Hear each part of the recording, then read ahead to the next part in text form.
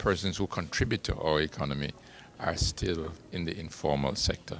We need to get them into the formal sector so they can access the benefits that would come with being a part of the formal financial system. So our role really is to encourage them, to educate them, to show them the benefits that can be derived from being a part of the formal sector. And in so doing, utilize the payment mechanisms that is going to be discussed here today. For example, the whole matter of mobile payments, digital payments, and other benefits that they would derive from coming into the formal financial system.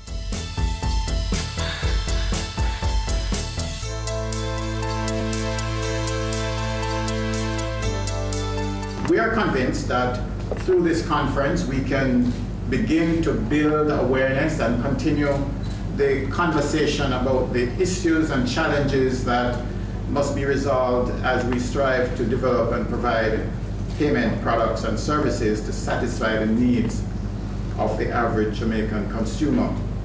We also see the need for tailored financial literacy programs that are integral to Jamaica's transition to the status of a digital economy. Over the next 2 days, we will engage in vibrant discussions on how innovations in electronic retail payments can impact Jamaica's development and how regulation can foster innovation. We will take an in-depth look at the risks and opportunities associated with digital payments and, most importantly, discuss how public-private partnerships can create a sustainable ERPS ecosystem. We will hear from our authorized ERPS issuers their experience with electronic retail payments. We will also hear from a micro entrepreneur on how electronic payments can help to grow his business. It is anticipated that arising from these discussions, we will all have a renewed commitment to the development of the ecosystem to promote the use of digital products and to unlock the potential economic benefits associated with increased digitization of the economy. Ladies and gentlemen, I declare the conference open and with the wish that our deliberations will be fruitful. Thank you very much. Driving financial inclusion through digital payments, that's what we're about today. The idea is to bring the regulators, the facilitators, along with some of the business partners into the discussion. And coming out of the dialogue today, hopefully we'll have a clear idea as to some of the challenges that are being faced by the various stakeholders about fashioning regulatory strategies to enable business, enable the growth and development of the financial sector.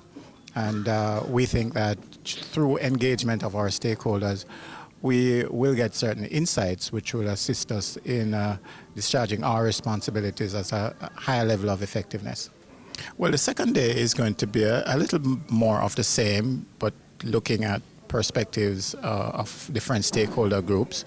Tomorrow what we want to do is pay a little bit more attention to some of the options, the opportunities that are available as we seek to unlock the growth potential in the sector.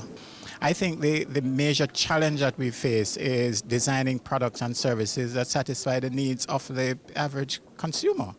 And I think that has to be an area of focus for us. I'm not convinced that the taxi operator, for example, has the products and services that he needs to be more efficient and to reduce his cost. I'm not convinced. And I think that there are opportunities for us to, better serve the needs of consumers such as the taxi operator. And I'm hoping that coming out of the discussions over the next 2 days, that we'll be exploring those, issues.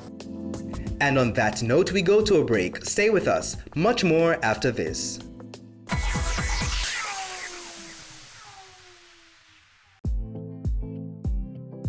Stay current and gain more information on the ever-evolving industry of real estate on Home Sweet Home. Sundays at 4:30 p.m. on Business Access TV.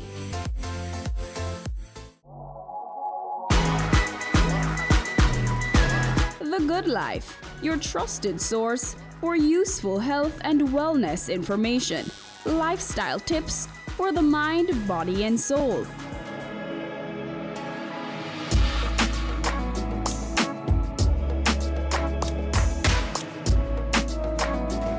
Tune in Tuesdays at 8:30 p.m. on Business Access TV.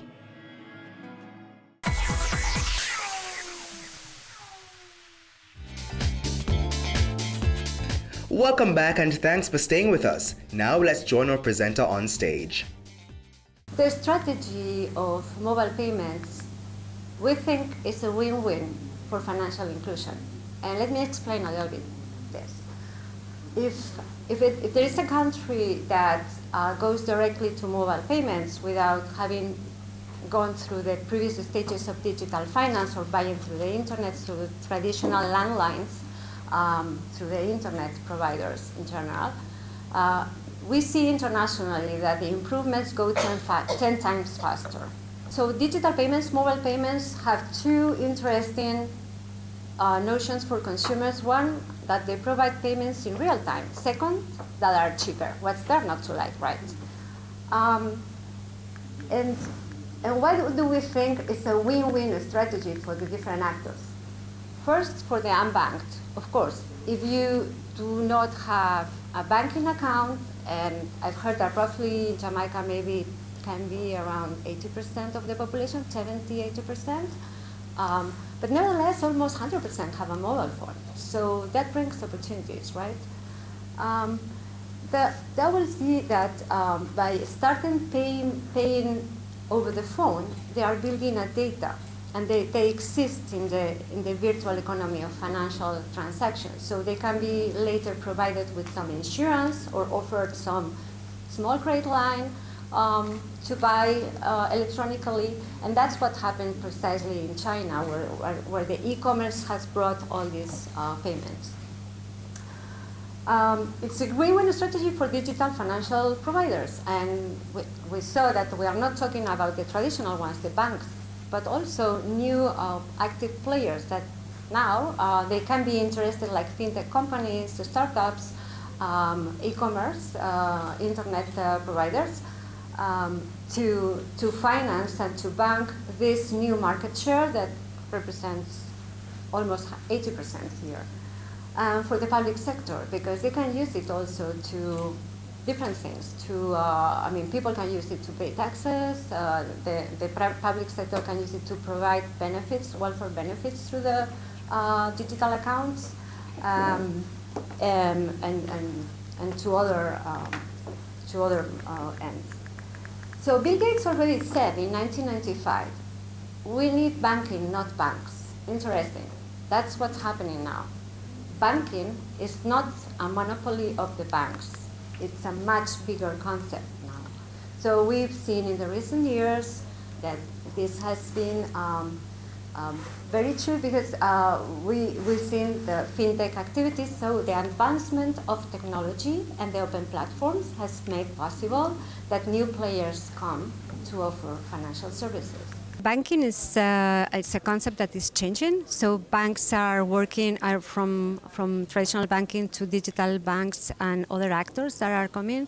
Bill Gates said in 1995, we need banking, not banks, and this is becoming very true. I mean, we see a lot of financial disintermediation and fintechs, big techs, internet giants getting into the financial sector. That's from observance to what's going on in China, in India, and in other countries. This is a win-win strategy for consumers, for unbanked population, because they see that they can have access to more products. If start doing payments, then they can build transactional data, and this data is embedded into the system, and they can be sold other products. And this is a win-win strategy for the digital financial services providers, because they have access to population that has mobile phones, but they don't have a bank account. And finally, this is a win-win strategy for regulators, because they can use these systems also to provide welfare benefits, payments, payrolls, and they can be used to pay taxes, and so the traditional concept of banking is changing. And if the countries like Jamaica that didn't have a previous digital strategy that includes using landline services, it is well researched that the countries that go mobile first or mobile only, the improvements are 10 times faster, which is good news also. In terms of safety, it's very important to collaborate with the financial inclusion programs. They collaborate with financial literacy.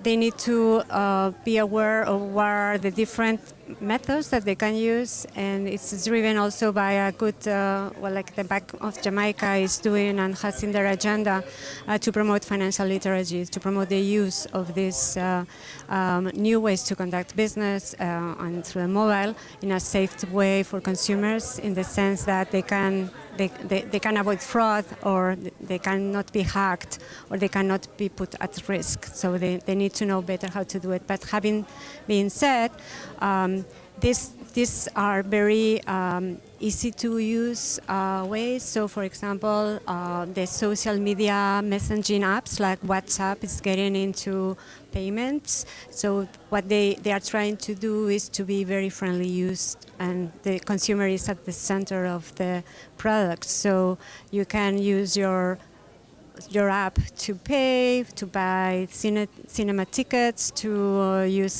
for taxes, to pay your taxes, to different things. So they are trying to do it so that it's very user-friendly. We take our final break, but don't go anywhere. We have more highlights for you after this.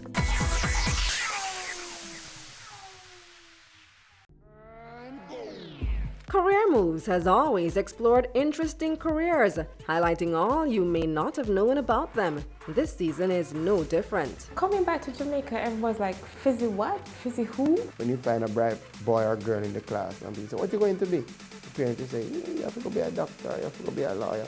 Nobody says you have to go be a politician. Let me see your hands! Tune in Tuesdays at 8 p.m. on Business Access TV.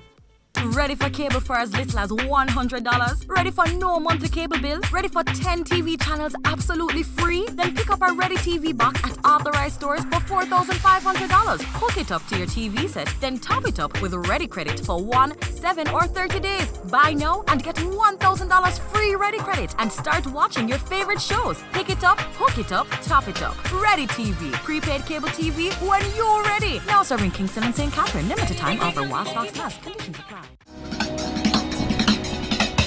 Cameo brings the creative industries to life, highlighting creatives in different fields each week. Art. My life surrounds art. I breathe, I eat art. Fashion. Food. Without a customer, we're nothing but four walls. Music. Film. Cameo, only on Business Access TV.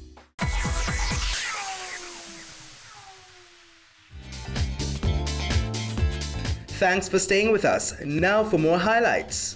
GK Pay really have quite a few functionalities, and I think one of the things I've learned this morning is the use of collaboration, because I can see how easily we can collaborate with SMEs and other persons here. So basically, our functionalities allow us to load remittances to phone, and we must say here that we're one of the only mobile payment solution that can do that. So for instance, you walk into our Western Union location, and you can load the cash that you would now take out of that location onto your phone, right? So the functionality, as you see, is there. We do telephone top-up, so you can top up your phone, whether it's Line, Digicel, Flow. You can also pay your bills, because as I would have said earlier, we have a bill payment entity. So you can pay from any one of our existing biller listing. We have peer-to-peer transactions where you can send money to other persons. So I'm here today, I need to pay my helper, how do I pay her? I basically send her transfer. If you notice, we talked also about what is going to make the customer change. Our portal allows us to have rewards. So basically, if you sign on as a merchant, you can offer discounts. So why use GK and Pay? You also have rewards. So if you look, you see a number 2 there. It means currently when you would open your phone and look at your phone, you basically have 2 coupons there from 2 merchants that you can now redeem. I think it's important that we talk about security because it was also mentioned the issue of lack of trust. Why should I use my phone? Is it safe? In developing our product, that was something we had to take into consideration. So in terms of using it, you have a PIN. You have to use a PIN to get on. You have to use a PIN to complete your payment. When you go into our self-serve portal, which is again helping you to basically help yourself through this new journey that you're on in terms of becoming digital, there is a self-serve or customer portal that is self-serve. And of course, it's encrypted. If you leave your phone, it's locked, right? If you lose your phone, you do not lose your money. And I think that's also very important that we have to educate our consumers on. If you lose your phone, it's even safer than if you have lost your wallet or if you have lost your credit cards or your debit card. There's not this long process. You call the call center and you reactivate your phone. So the issue of security and development was integral in terms of the platform that we developed. So what were some of the challenges we were facing in terms of GK and Pay? And I heard it again from the previous presenter, the idea of educating our customers. There is still this lack of trust for the technology. You know, do I really trust that my money is going to be on my phone, that I'm going to be able to use it when and where I want to use it? What if I lose it? So how do we truly get our customers to embrace this new technology? We also have to educate them that it's safer, you know, to use the phone. I have in the audience, we invited the head of the Taxi Association here today, Alan Blair, right? And one of the things we've been saying is, as taxi men, collecting, how is it safe for you to be on the road all time of night with money on your body? So we're also promoting safety, but still we were having a challenge. So customers, merchants were really not accepting that this is a new norm. So we have launched GK and Pay. I want to go to KFC. But KFC is saying, what is GK and Pay? What's in it for me? And the customers are saying, I can't go anywhere and cash out. So why should I get GK and Pay? So again, it was interesting to see the 2 approaches in terms of top down, bottom up, and which do we think is best for Jamaica? Because there's going to have to be, I believe, a regulatory push to get persons on board, right? So the issue of onboarding our merchants, our agents, our customers is truly a challenge. Which come first, the chicken or the egg? So what do we need? We definitely need education, public awareness, not only of our customers, but also our consumers. We really, again, I said, would like to thank the BOJ for this type of symposium because we do think it's building awareness. However, we think it has to go much more than that. It has to reach to the public in terms of saying, I have confidence in this system. I'm validating this new payment system for Jamaica. It's how Jamaica is truly going to have a digital economy. So we truly need that endorsement from the Bank of Jamaica. We need integration with our payment system, with our banking system. So if you think about it, the taxi man, he collects his $100,000 for the night. What does he want to do?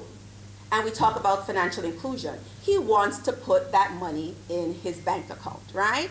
So right now he would have to go and cash out. We're saying he should be able to go to FGB, NCB, and lodge his monies to his bank account. And we think this is another integral takeaway of a symposium like this. We really need our consumer to be able to be bankable. And if we talk about true financial empowerment, true financial inclusion, this is the way we're going to get it. One of the things, and I said review of the wallet size, one of the things we also say is if we have our taxi man lodging these funds every day to his bank, he can get his GK and Pay statement. Why can't he use that statement to say, this is my source of income? You know, this is my true, legitimate source of income. Whether it is to get a small loan, whether it's to get a loan for his daughter to go to college, we don't know. But these type of forward thinking is really what we need when we start talking about digital payments. Okay, Quisk is NCB's solution, NCB's mobile wallet offering. Essentially is a way that you can make a payment or receive payment without either plastic, and you use your phone number in order to you can use your phone number, go to the ABM and can do cash out from the ABM, or you can make a payment at a merchant. So if you were to go to a merchant and instead of swiping your card or insertion of your card, you enter your 10-digit phone number, then your 6-digit password, and then you can pay for your goods or services. So, and you can also do peer-to-peer transfers. So if we go to, let's say a group of us go to dinner and we go Dutch, we can just transfer all the funds to one person, and then that person can make the payment on the NCB terminal to pay for the dinner. We launched Quisk in 2016, and we've seen increased interest because of a number of changes we've made to the product, and we made it a little easier as well for customers. So we see where there's been significant increase, and we have a number of quick service restaurants. So we've increased the offering, we've built out the ecosystem, and we continue to build out this ecosystem. So customers are seeing increase in value in NCB Quisk. Just about every merchant who has NCB terminals, you would be able to access Quisk. So for the newer merchants, they're signed up automatically with Quisk. But for merchants who have been in system for a long time, we continue to go through the process of adding Quisk to their terminals. So if there's any merchant that you'd like to use Quisk and you're not seeing where they have Quisk at this time, we can easily add them, because the same machine that any of our merchants have can process KeyCard, MasterCard, Visa card, can process multi-link debit card, process Amex, China Union Pay, Discover, JCB cards, and of course NCB Quisk. So the merchants don't require to have an additional terminal. So it's the same terminal that process all debit and credit card transactions that process Quisk right now. The unbanked constitutes over 500,000 people, and we want to get them included. The government's policy of financial inclusion, and that's our aim. Our product is not as, invasive as when you go to try and open a bank account. We have the Bank of Jamaica guidelines for the card, which is not as stringent. It's once you collect remittance from abroad, it's the same process. So it's not very difficult, but the difficulty is going to be education. How do you convince people who are not used to a product and what they perceive as a bank product? How do they get access to it? And that's what we're trying to do. We're trying to find ways to make it simple and fast. I think it's very timely, because without financial inclusion, the economy cannot grow. If you have half your population unbanked and doesn't have access to financial services, which means credit, just a regular bank account to do transactions, it's very, very difficult to maximize your potential. We went to a card product as opposed to the mobile wallet. Our products can also use mobile technology, but it's just an educational process, and that's long and hard to convince somebody to put your money on a device like a phone. It's not an easy thing to persuade people to do. They don't have any confidence in it. They have never seen it. And how do you convince them that it is safe and this is going to be a very convenient tool? But over time, I believe Jamaicans are very technology savvy and hungry, and we hope that over time we'll have that. That brings us to the end of part one of our two-part coverage of the Driving Financial Inclusion with Digital Payments Conference. Until next time, I'm Javon Keys. Stay tuned to Business Access TV, serious about business.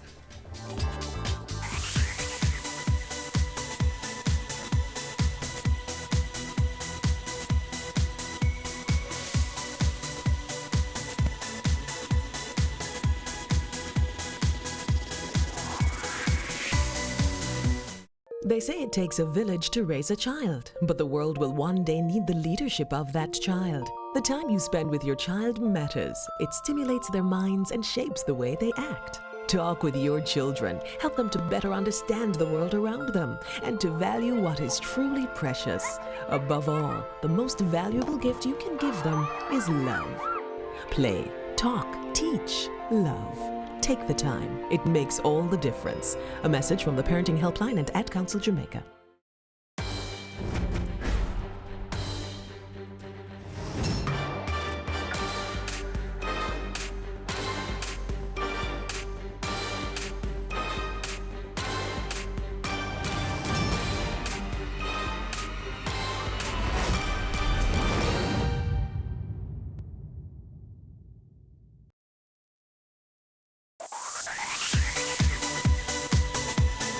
You're watching Business Access TV. Business Access. Business Access. Business Access. Business Access. You are watching Business Access TV. Business Access TV. Serious about business. Serious about business.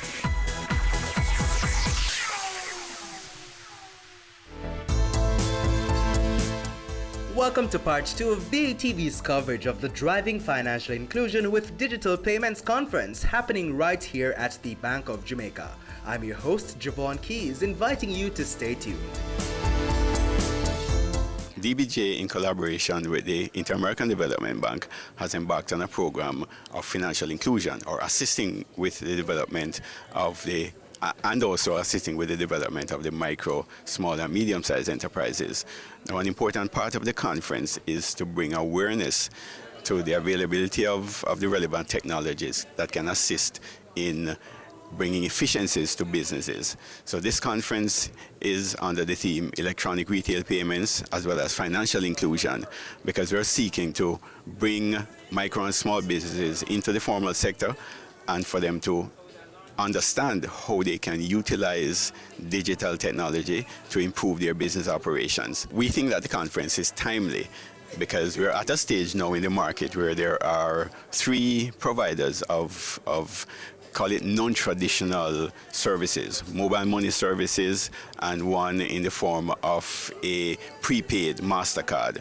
Now, as it relates to mobile money, that particular service has been on the market for about 3 or 4 years, but the adoption of mobile money services has been below par. But mobile money has been used in other areas to move persons into the formal sector and to assist in reducing things like transaction costs for businesses. So we think it is timely now that our MSMEs seek to adopt this technology as they move towards improving business efficiency. As it relates to the presenters, we endeavor to bring presenters who are already in the space, persons who are aware of the technology, and persons who could contribute and help in convincing microfinance organizations as well as other stakeholders of the importance of moving Jamaica in this direction.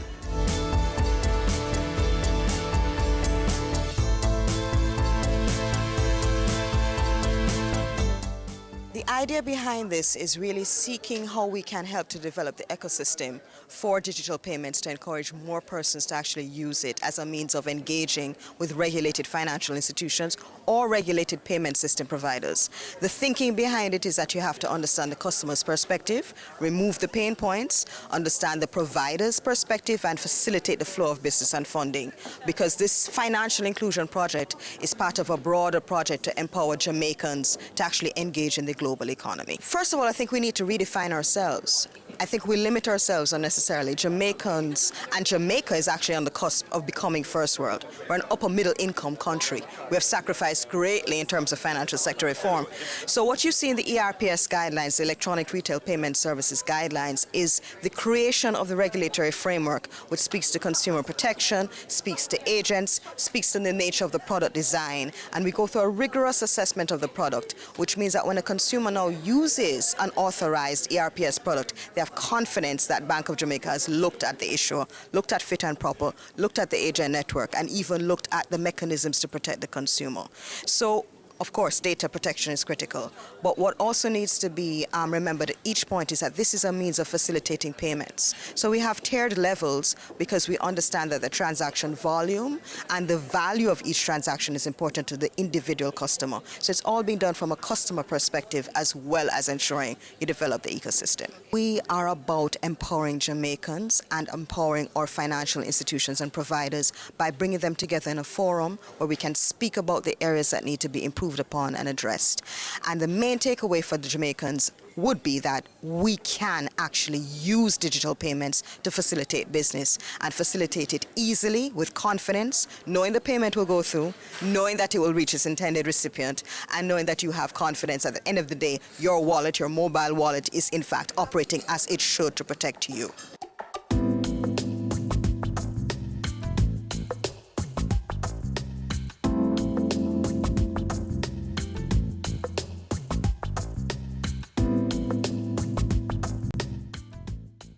I was presenting on public-private partnerships and how its impact can influence a successful ecosystem for electronic retail payments. The main takeaway points is that the private sector, in assisting the government to achieve national financial inclusion strategy, cannot do it on its own. There has to be a substantial investment by the government itself to advance financial inclusion. This conference is an offshoot of the government's plan, and in this plan it involves the commitment to public and private partnership, which is education of the public on the government's intention to support digital products for the underserved, and hence it's called financial inclusion.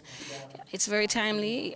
Digital evolution, it's becoming faster and faster, and the sooner Jamaicans are made aware of the opportunities, the sooner the investors, all stakeholders, and the consumers can participate. I personally would not like to see a foreign company come in and provide solutions to our own citizens, which we are capable of doing. So it is incumbent upon us to now start to roll out our strategies. There are 4 authorized issuers, and issuer is the company who will be providing the service. There is Alliance, GK, which does MPay, Quisk, NCB, and previously there was Connect. And these companies have made significant advancements and investments into the new ecosystem. And I personally believe that there's so much opportunity. Lasco Financial Services is preparing its application as well, because we see the opportunities in the market. But for the state, we believe it is necessary for them to assist us with the public education, because we have to convert. It's going to be a lot to convert new customers who are not fully aware of the opportunities and the entire security features of this digital payment. That us as issuers can't do on our own. So that was mainly the gist of my presentation, to make the state think differently about their role in financial inclusion, and also to make the investors think differently about their role. I find that most of the investors are so focused on the payment system, which is the technology, and not thinking about the ecosystem. Now, the ecosystem is necessary to drive success, which is all the merchants involved, all the agents that are involved, and other government stakeholders. So I hope today I was able to give them a different perspective. So far, there's not been any successful business proposition, neither for the customer nor the investors themselves. So I hope I was able to get them to think a little differently today. It's time for a quick break, but stay with us. We have much more after this. Doggin Global Introduction. Doggin Global is an integrated multidisciplinary professional service firm.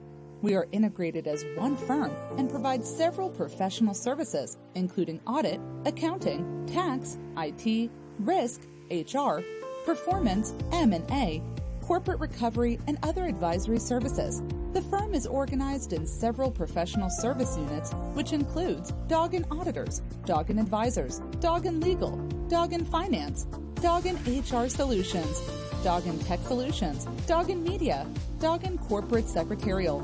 If you are interested in any of our services, please contact us for a free quote. Email info@doggin.global. Website doggin.global.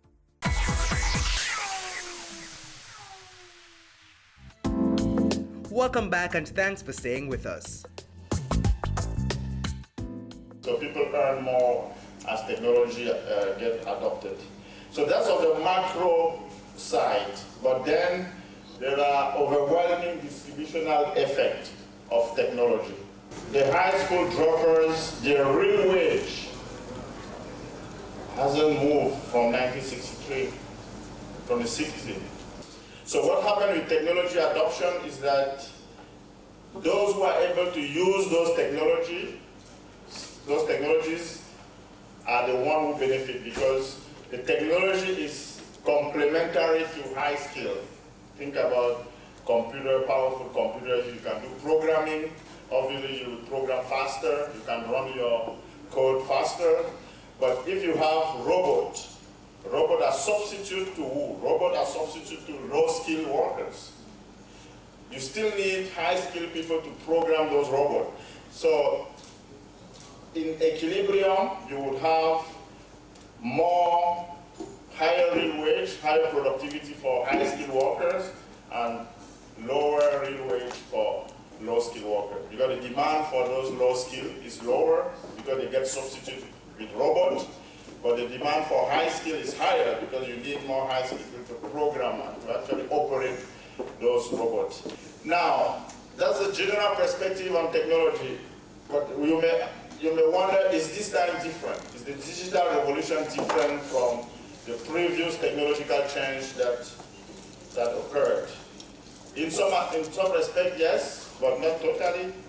Yes, because this chart shows you the lag in the adoption of technologies. So if you look at earlier technologies in terms of motor engines, they were slow. The adoption of those technologies was slower. So the digital is faster to adopt, maybe because of the nature of the technology itself. But the reality is that the changes that we've seen over the past 50 years, you may have to double that. You'll be thinking about it 50 years ahead, because technology diffusion is faster. Now, I do believe that people learn fast. I mean, we saw yesterday in the keynote there was a top-down approach to financial inclusion, which in the case of Jamaica could mean the path benefits are channeled through funds. And as you do that alone, if people are already aware that my path benefit will be coming on my phone, it unlocks that possibility to use funds as device to mobile service and all. So I think there is some scope for top-down in terms of what the policy can do to incentivize those behaviors. In some other countries where the private sector is very large and have a lot of access to credit, they could also they could facilitate that process. But I think in developing countries there is a scope for government to kind of fuel the process. I was essentially looking back and to see how what has been the impact on technology, on work, technology on distribution. And the key message there is that technological advancement have generally been associated with higher growth, higher productivity, and higher real wages on aggregate. But they also come with some challenges because when there are new technology, some people get displaced because some new jobs get created as a substitution to some of the old jobs. So usually technology are more skill biased. So those people who have skills are complementary to technology. Like if you need robots, you're essentially substituting low-skill jobs. But those people who can operate the robots and program the robots, those are the people who, in the first instance, benefit the most. Now, that could lead to polarization of income. So you may have more inequality because the more skill get more and the low skill get less because they get substituted by the machines, right? So the question there is what can policy do? And this is one of the questions that I was trying to provide an answer to, drawing on some work that has been done at the IMF on technology and the future of work. And essentially, there is a taxation and spending policies that could be adopted. First, to make sure that the unskilled can keep up with technology in terms of upgrading their skills. And number two, how to finance that. Because the government want to spend more in those areas, there is scope to raise taxes. And when you think about tax, you don't want to tax the income of the person earning more because he may work less. So you don't want distortionary taxes. You want consumption type tax. So in that model, they try to see if taxing consumption to finance more education spending and providing some transfers, how can you redistribute the gain of technological change? So you keep the growth, so you keep the fact, you don't prevent technology from occurring, because one of the nature of the growth and development is that new sectors comes up, some jobs get destroyed, and as long as there is no distortion in the process, you shouldn't prevent the process.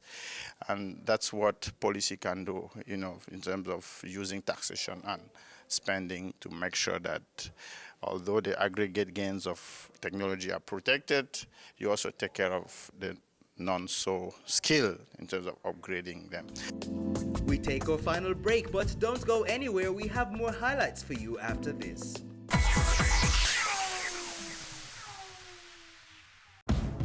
I'm 36. I'm a husband, a manager, and still very good looking. In 2 hours, I have the most important meeting of my life. But first, it's time to play.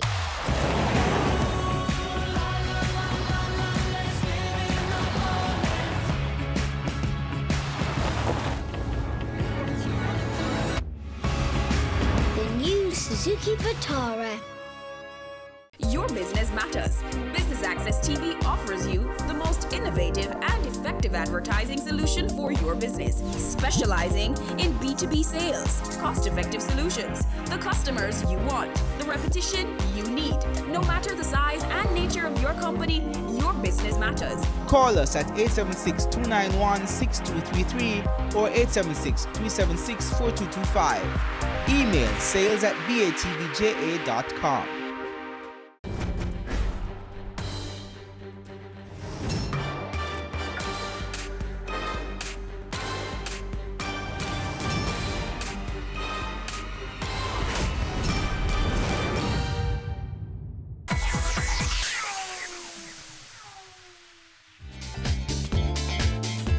Thanks for staying with us, and if you're just tuning in, we're here at the Driving Financial Inclusion with Digital Payments Conference. Now for more highlights. Security incidents have been increasing in sophistication, frequency, and the magnitude of impact. So no longer you have a one-way hack. So we hack an organization somewhere and it's isolated. No more we have that. We go in big. Hackers are organized. You have hacker teams, and I really don't want to scare you really bad, but we have them locally too. And on these teams, you have the person who is in charge of personal data. You are the technical person. You do the social engineering. Different persons have their different roles. So they're dedicated to what they do. This is their job. Figure out how to get into a certain amount of accounts and take out the money. These incidents, as I may have alluded to before, affect the reputation of the company, their finances, and even their physical assets, because they can take down your networks. This undermines your competitiveness and your ability to innovate and position yourself in the marketplace. You can suffer tangible, physical, or economic harms. Security incidents can impose significant costs on an economy as a whole, eroding trust and spreads across sectors. The attacks themselves may be intentional. So they may sit and plan for a year that look, we're coming for Bank of Jamaica. However, it may also be unintentional. You may just have that one user that's clicked on the wrong thing.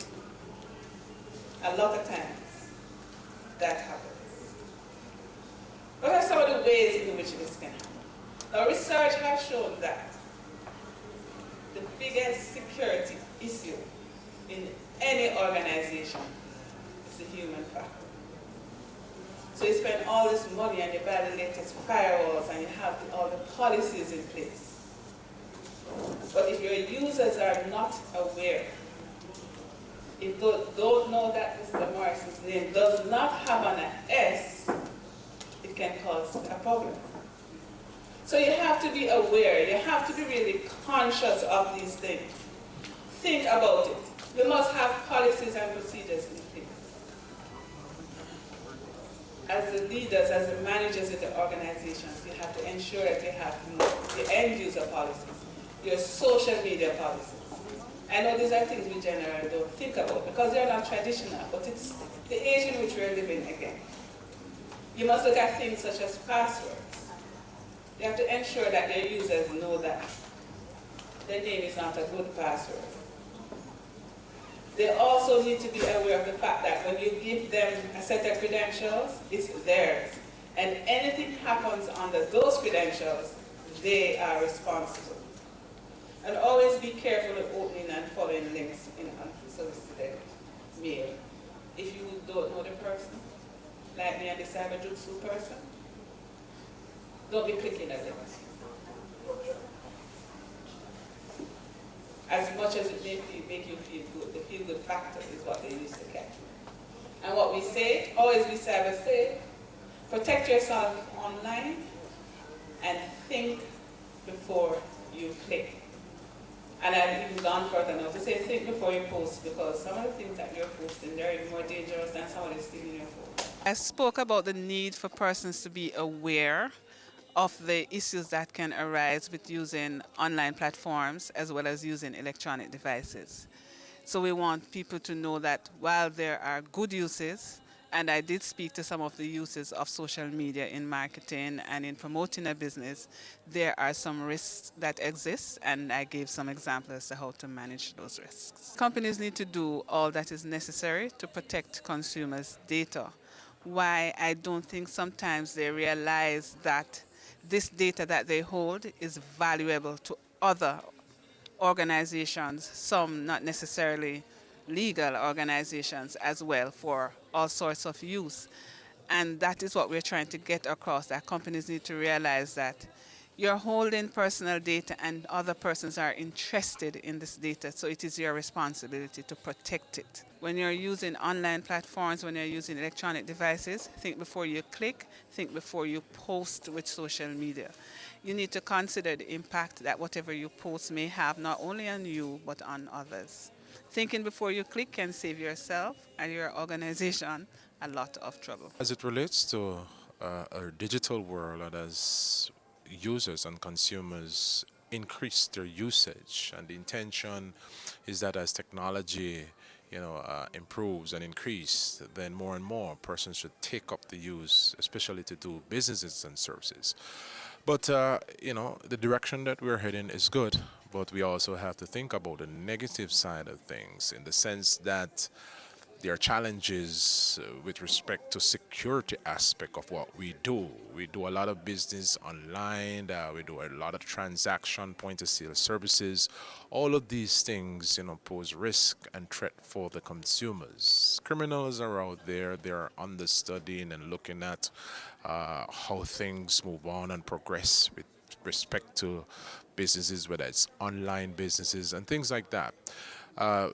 They can get involved in studying your patterns of usage online. Say, for example, if you pay bills online, if you shop online, normally you'll put your information about your card online, your PIN number online. Criminals can now send, malicious software to your smart devices. Once it gets on your devices, these criminals now have access to your information.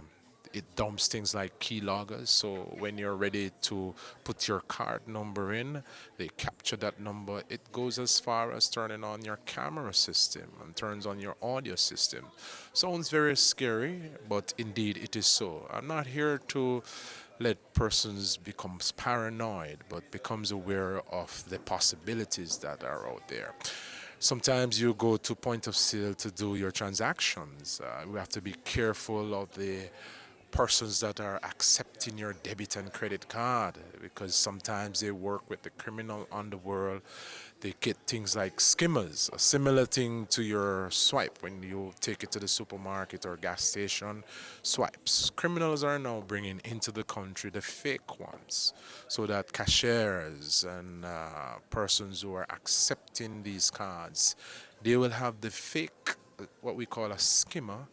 Once you make your payment and you're not paying attention, these persons can swipe these cards, capture the information about your card, recreate your card, or get into your account. So I'd advise shoppers, when you go to the gas station, don't just give your card and turn your back or let the attendant go away with your card. If they're not doing these transactions in your presence, then you should not do business with that kind of business place. So these are some of the things, we just want you to be aware that these are the possibilities, and you have to be vigilant as a user and as a consumer, because the more and more we move into a cashless society, it becomes more challenging for law enforcement to investigate these cases. As I said before, the internet has no borders, and all of these things are connected on a global scale to different servers providing different services. And sometimes you have persons out there that can hide their criminal activity. Say, for example, an IP address. Criminals can now hide their IP address, make it appear that it's coming from a specific server, a proxy server, makes it more difficult for law enforcement to track these criminals. But I want to reassure the Jamaican public that law enforcement and government is doing the best they can at this point, seeing that digitization and technology drives the economy. We'll have to prepare ourselves to serve and protect consumers as they use technology more. Laws are in place to deal with criminals and to deter their activity. We have the Cybercrime Act of 2015, which is now up for revision. The penalties are stiff. If it's in the lower court, it can be between 3 to 5 years or $3 to $5 million. If it's in the upper court, you can get a maximum of 20 years or $20 million. And these are some of the things we are putting in place to deter criminal activity. Of course, the police department do have a specific unit that deals with the investigation of these types of crimes. Personnel have been trained and have the necessary skill set that can investigate these matters. Another thing is that Jamaica is a part of a global network of investigators and skilled person who can investigate these cases. So because the internet has no borders, it means that a perpetrator can, have access to your information from outside of Jamaica, which means that you need the support of other countries. Jamaica is a part of a 24/7 network, which comprises of about 80 different countries. So if a perpetrator appears to be coming from country X, once that country is a part of the network, then they will collaborate and support the investigation with the local police department. And that is something that, we want consumers to be reassured that indeed we are trying to keep up with the game as criminals get more sophisticated. And that brings us to the end of part 2 of our 2-part coverage of the Driving Financial Inclusion with Digital Payments conference. Until next time, I'm Javon Keys, inviting you to stay tuned to Business Access TV, serious about business.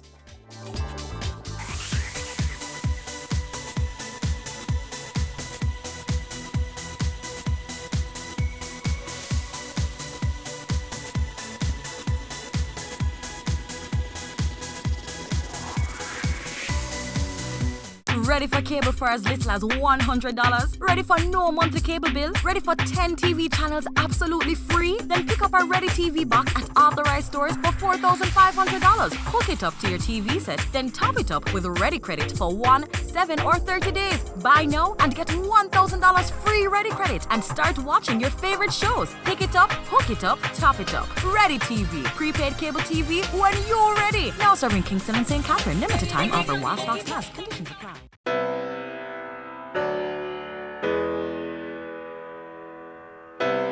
Being on Business Access TV has promoted my business in that it has exposed me. I'm selling to Sanders now.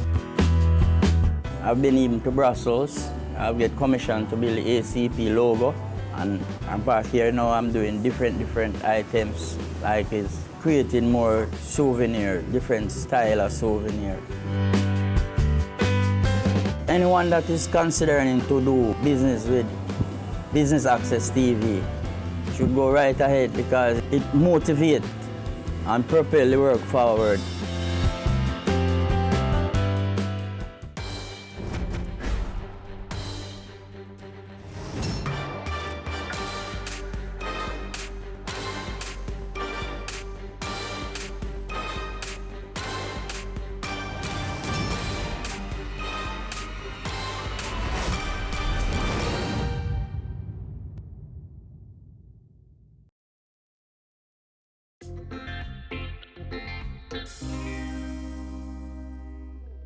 Hey guys, and thanks for joining me on another episode of Chill Spot.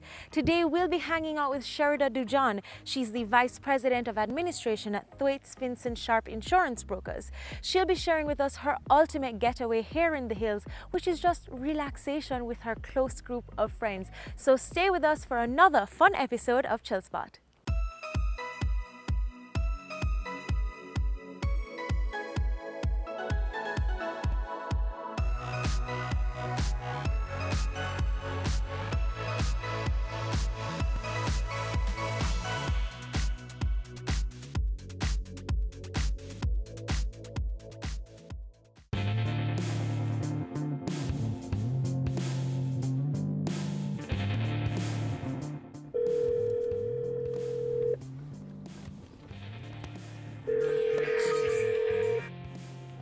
Hello. Hi Sherida, this is Candy. Hi Candy. How are you, honey? I'm well. I just wanted to know, I know we're going somewhere that may be far. I want to know the directions or where we should meet you. Meet me at Sovereign. At Meet me at Sovereign for 11? Yeah. Okay, that's perfect. Okay. That's 11. And then you can drive behind me. That's all right? perfect. Thank you so much. See you soon. Okay, love. See you later. Okay, bye.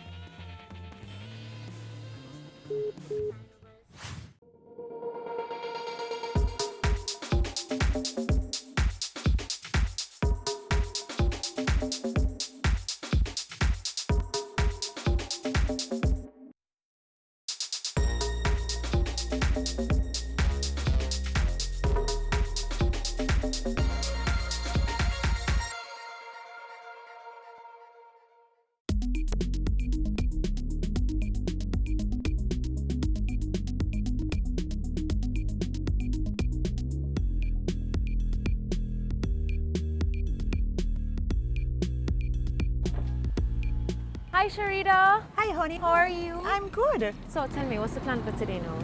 All right, so we're going to go up to my house in the hills and get away from this heat down on the lowlands, right? A very easy drive, so we're going to head to Papine. Okay. And when we get to Papine, we're just going to keep going straight. We're not turning off anywhere. Just follow back. You can't last. Cool, so I'll see you soon. See you later. Bye. Bye.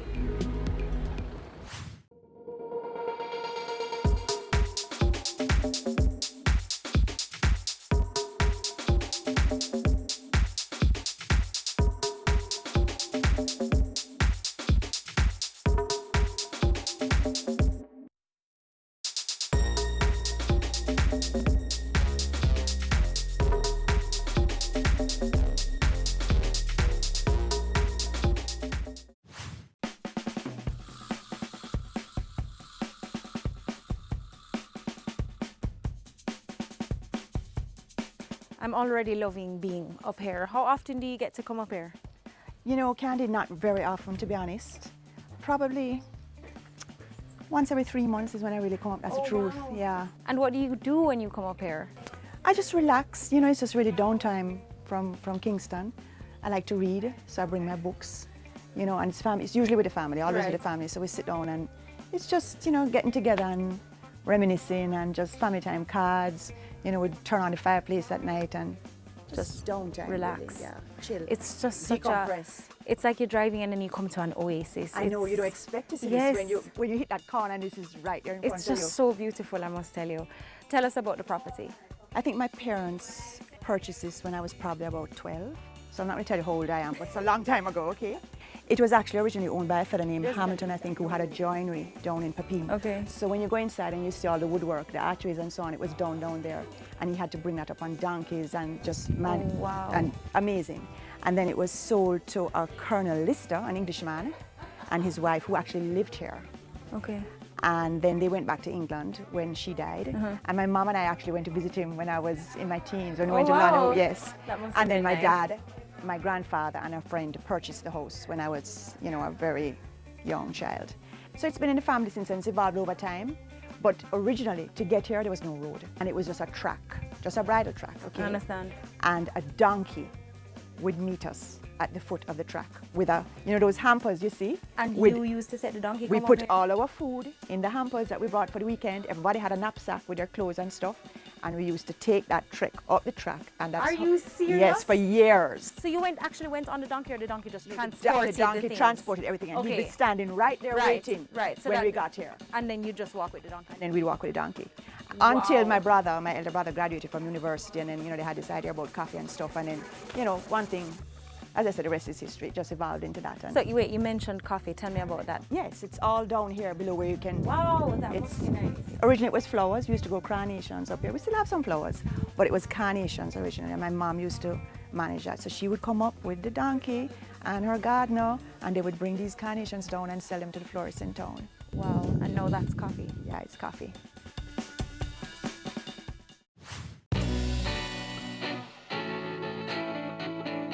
So what do you have planned for us for today? Well, you know, since the drive was a little bit, you know, winding, we probably can have a little coffee or a little wine or whatever you feel like. We can sit down and chill for a little bit. And then we'll have some lunch and, you know, just shoot the breeze. All right, sounds like a plan. And I'm excited to see what's inside. Oh, well, let's go. Come right in, my friends are here and you can meet them.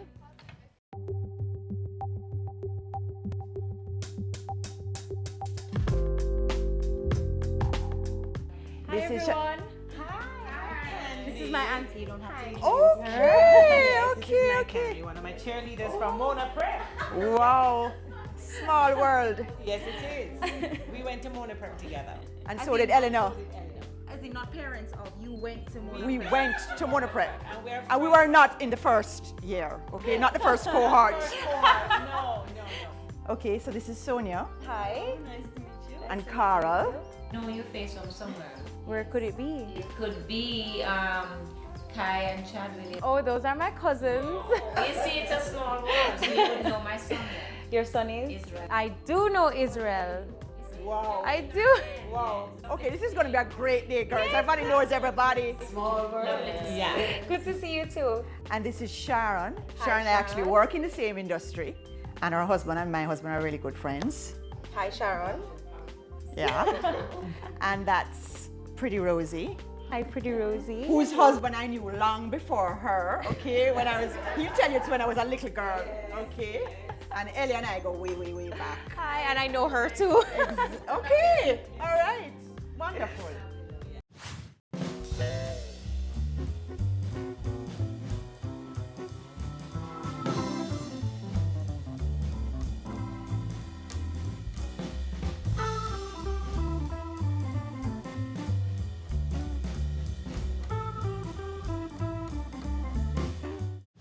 Coming up. And I want to get you guys involved. Tell me a little bit about Sherda. How would you describe her? I would describe her as OCD. Love her to death. She's a girl just of my own heart. She did mention she was a perfectionist. Oh, yes. Yeah. You know, is that what you're really trying to say?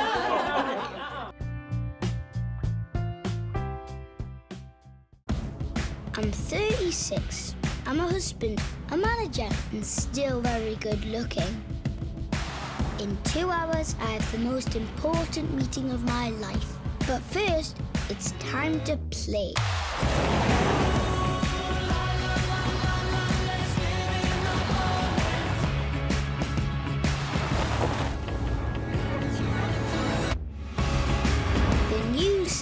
Super Tara. Have you seen it? It's BATV Live. Live streams of business news weekdays at 7:30 p.m. Stay on point Thursdays at 8 p.m. with our Business Current Affairs show and Weekend Business Report Saturdays at 7:30 p.m. wherever you are. Log on to our Facebook page at Business Access TV or visit our website at batvja.com. Live and at your fingertips. Business Access TV. Serious about business.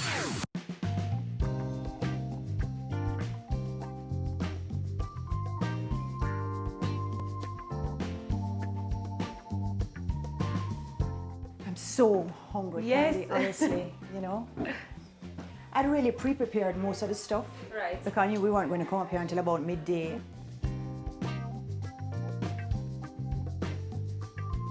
So what will we be having for lunch, Sherda? It's going to be a very light kind of lunch, Yes. Candy. So we're going to have a lobster salad, a chicken salad, Lovely. a nice garden salad. I'm going to do a pak choi salad. So I'll make that up here, Right. so you know. To we give me some you have fresh to bread. tell me everything and show me everything, you know, so I can go home and do it too. Promise, and it's easy and quick. So we just get the raw pak choi Right. and we just slice it up. Right. And we use all of it. You know, the green part, and we use the white part as well. Okay. It's a really quick, easy Salad, recipe. yeah. Yeah. We have some stuff that we add to it and a nice sauce that we do as well. Oh, lovely.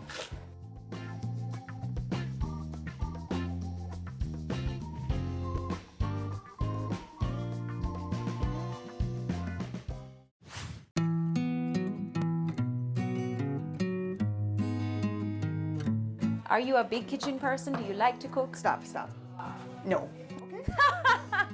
I don't like to cook and I cannot cook. Okay? I don't believe No, you. I swear to you, I can't. There are a couple of things that I can do well, but they're few and far between. Right. And I think it's just part of my personality where if I can't do something perfectly, I don't want to do it. It's not a good thing because then Right. you don't, you know. You don't get to do a lot of the Exactly. things, right? And I'm a foodie. You'd never believe it. Looking at me.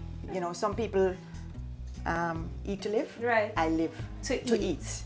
So I know what good food tastes like. If I can't cook it like that, I'm Right. not interested. You're not going to bother? No. Well, I'm excited to taste the food. So even just this little pak choi is getting me very hungry. All right. So I'm ready for the salad. Okay, so let's put it together. So we have all our pak choi cut up here now, Right. Candy. So this dressing that I made before I came up consists of, what is it again now? Soy sauce, red wine vinegar. Miss can't cook. Well, I just write it down and follow the recipe. A little sugar. And then this is ramen noodles. You know that ramen? What? Yes, that it comes with like a Yes, shrimp flavor. yes, right. and the chicken So you just flavor. take out the flavors. I use a chicken one. Right. And almonds, okay? So you just melt a little butter with some sugar and then you put this in a frying pan and just toss it till it gets brown. Wow. And then when it cools, you just crush it up. Okay, so that's Wow. all. And we're just gonna mix this up now. Okay.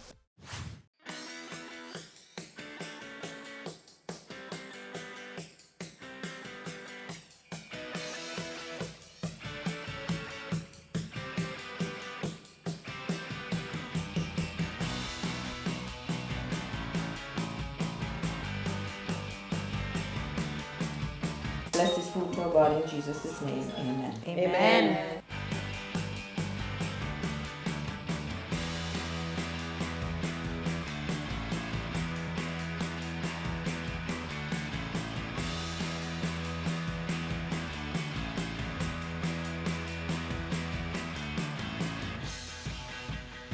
First, thank you so much for joining me today. I really appreciate it. And I hope that you're having a wonderful time. Here, here. Here's to another 50. Thank you. Eyes, eyes, eyes, eyes.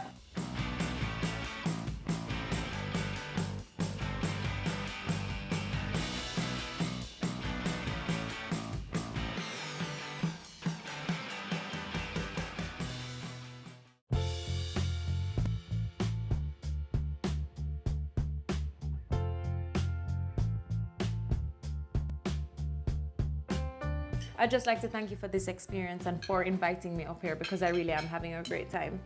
I'm so happy, and especially since you told me you've never been up here No, before. I've never. I'm always happy to share it with people who can appreciate, you know, this type of atmosphere. And the serenity. Because it's not everybody's thing. It's some people like the beach. It's not everybody's thing. So I'm happy to have you. Yes, thank you very much. And I want to get you guys involved. Tell me a little bit about Sherda. How would you describe her? Very organized and selfless, I think I would say. I would describe her as OCD. Love her to death. She's a girl just of my own heart because we're OCD alike. She did mention she was a perfectionist. Oh, yes. Yeah. Is that what you're really trying to say? I just check it. Persnickety? And I'll be anal too, but that's why we work a lot. Okay. We work together on boards and stuff together. And we're no-nonsense people. She's a no-nonsense girl. A Right. beautiful person. Give up all of her heart, but trust me, let me tell you though, no nonsense and very detailed. What else would you guys say you like to do together? We're from house to house. I mean, that's the whole Topsy stage has passed, okay? The clubbing has passed. So we kind of move from house to house and it's dinners. We do a lot of weekends together in the country. Long weekends if there's Sharon has a house at Richmond, so we're always down there. Sharon likes the beach. Yeah. Right? Yeah. And don't forget dancing. Oh, yeah, man, we love to dance. Yeah. Yeah, man. Loves to dance. I love to dance. So much fun. We've done a lot of dancing right up here on that front. Wow. And then there's just, you know, TGIF. And once a week is always get together and have a glass of wine and shoot the breeze. And yeah, man. Yeah. We just gotta come home and say, okay, I'll have a drink this evening.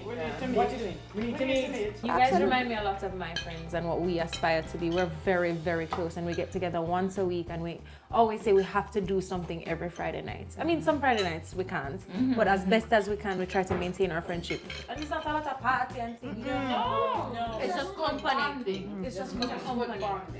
Girls need girls. I definitely agree with that. For sure.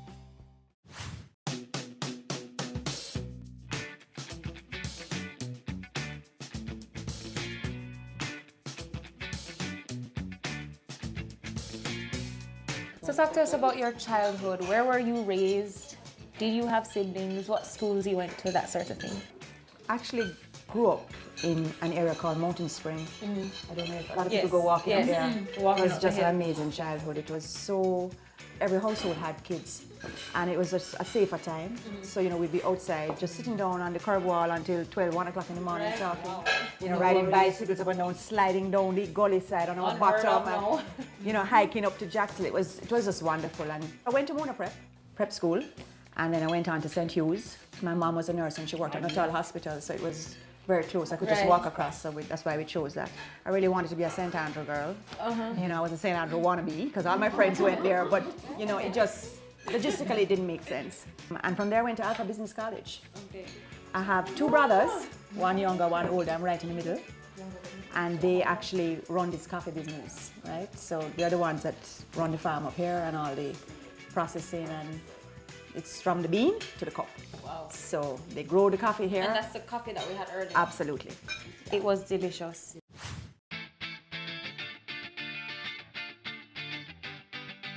You mentioned going to, was it business school? Alpha Business College. Right. Why did you choose to pursue business? Well, it's not really business per se. Right. It was really Alpha Commercial College. But that's a little before your time. I was just about to say, what is a commercial college? They teach you shorthand and typewriting and principles of business. Yes. Have you ever seen a typewriter? Yes, I've seen a typewriter. But what really happened was that I was going to do languages. I was going to do German and Spanish after I finished my O-levels. So I went into lower 6 and I didn't have a German teacher for a whole term. And I was like, this is crazy. So hold on, they were teaching German in Jamaica? Yeah. And you know, when you're doing A-levels, you're not exactly doing 9 subjects. Right. So I'm just kind of idling here. And I'm like, this isn't going to work out. So a very close friend of mine from high school had left after 5th form and gone to Alpha Business College. So she was a term ahead of me. And then she called me, she said, why you don't come? You know, and I said, why not? You know, shorthand and typing is something I'll always be able to use no matter what I do.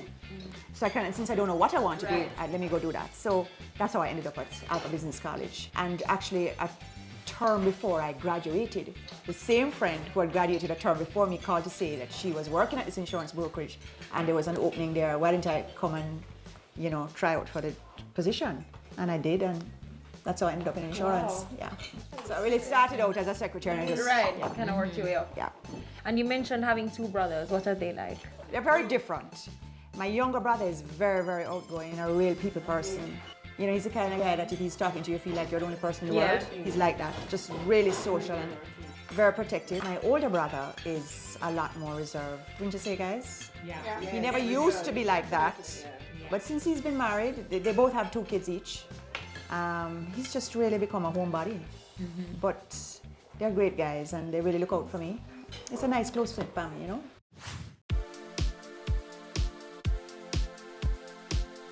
And Sherda, what else do you like to do? What are your other interests? Do you exercise? What else do you do for fun? All sorts of things. So many things, so little time. I love to travel. I do a little exercise. I do Pilates. I love to eat. Yeah, she's not cook. I don't love, yes. In fact, when I travel, that's a big part of travel. I love food. I love to read. I love to dance. Oh, Love wow. to dance. I used to dance with at school of dance. I used to be a real soca tetes, but just not anymore. But I love to dance. Love to dance. Usually one of the first ones on the dance floor. And then Carl. Oh, Carl. No, Carl is the first person on the dance floor.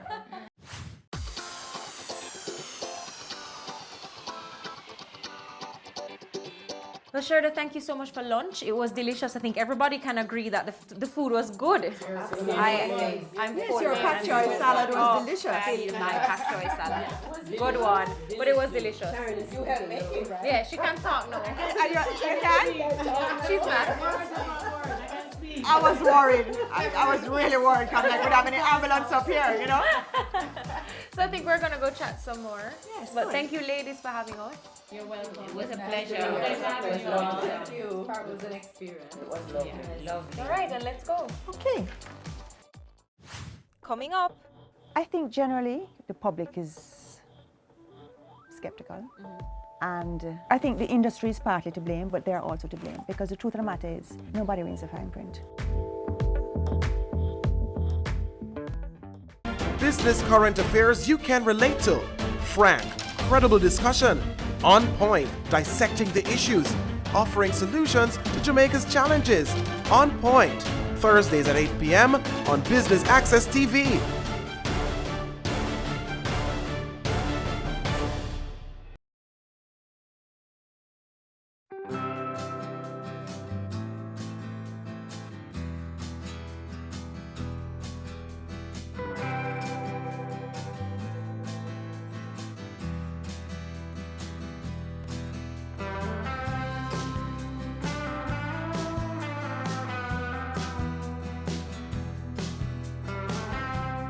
It's almost like up here has like a microclimate, its own microclimate, and it keeps changing because earlier it was sunny, but now I'm a little bit cold. I know, that's the beauty of it. You know, you just never know. Yes. It's hot 1 minute and then you have the mist rolling in the next. But it's just always beautiful no matter what the condition is. So pretty.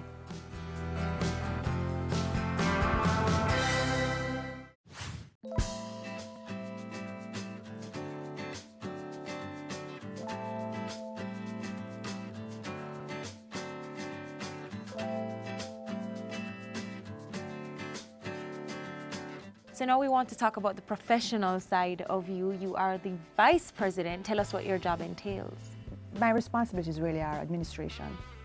Okay, there are 3 of us in the business, 2 partners that are directly involved on a day-to-day basis, and my other partner really deals with the technical side of, he conceptualizes, and I deal with administration. So basically I make sure that all the documentation is in order, I make sure that T's are crossed and the I's are dotted, It's always outing a fire here and there. They come to you, there's a claim that can't be settled, Mr. John, the insurance company has repudiated liability, and you have to find a way to try and sort it out. Is this something I really want to go and beg them to help me with? Or, let me pull the policy and see, is this warranted? Do they really have a right to repudiate liability? It's never the same any 2 days. You come to work and you say, I'm going to do this, and you never end up doing that because it's always a curveball. But basically, my main core function is administration. And how long have you been in insurance? Since I was 18. 18? Yeah. So it's the only thing you've ever done professionally? Only thing I've ever done. I worked at another brokerage, and then one of my partners was leaving. He just had been approached by my other partner who knows nothing about insurance. He was just interested in trying something else. And somebody recommended Brett to him. And so when Brett was leaving, he came to me, you know, Shirley, I have this opportunity and I'd really love if you join me. Can I tell you, I didn't even think twice. I think if somebody asked me that now at this stage of life, I'd be like, oh my goodness, what if? You know, suppose it doesn't work. I just went to my dad and asked him for a loan to invest, and that was it. The rest is I guess I history. had faith in him when I was young, you know, footloose and fancy free, and the rest is history. Yes, you're right.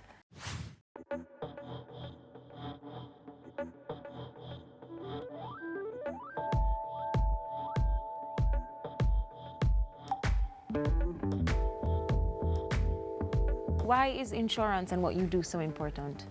Well, insurance basically is a transfer of risk. And so what you are doing when you insure is transferring that risk to the insurance company. And essentially what I do is I sell a claim. It's an intangible product, nobody can see it. And as a result, a lot of people are skeptical about it because you never really see the value of it until you have a claim. But the truth of the matter is that when you have a claim, it's very traumatic because it means that your house is either burnt down, which honestly, I think besides hearing that you've been diagnosed with a terminal illness, that has to just see everything go up in flames is just horrible. Or your car's been I can't even imagine that. Your car has been stolen, your business has been broken into, you know, it's just a very traumatic time. You don't have your car now, so you can't get your kids to school, you can't get to work on time. So it's important. Or whether it's health insurance, because you need that to be able to, you know, fund your medical bills and so on.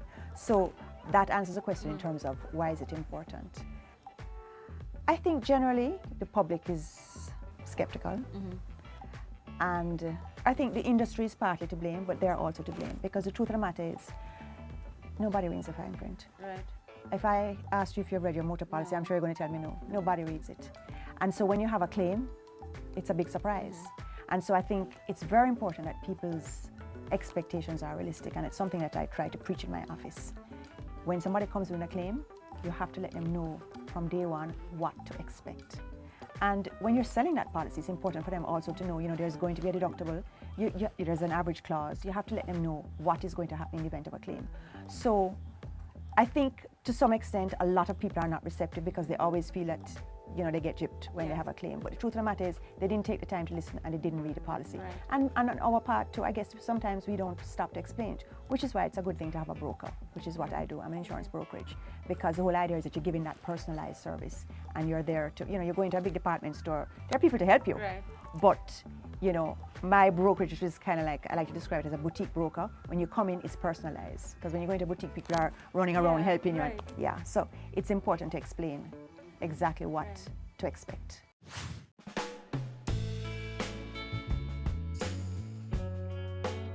What do you hope to achieve in your industry or for yourself professionally? Well, I hope that, you know, when I retire, which hopefully will be soon, you know, I'll be remembered as somebody that was very professional, somebody of integrity, which is a problem that I have now, and I hope that I'm not, people aren't going to hate me for this, but when I started out it was a lot different, a whole lot different. You know, somebody's word was their bond, and I didn't even have to send you something in writing. If I called you and I said, could you insure this for me, you know, it was done.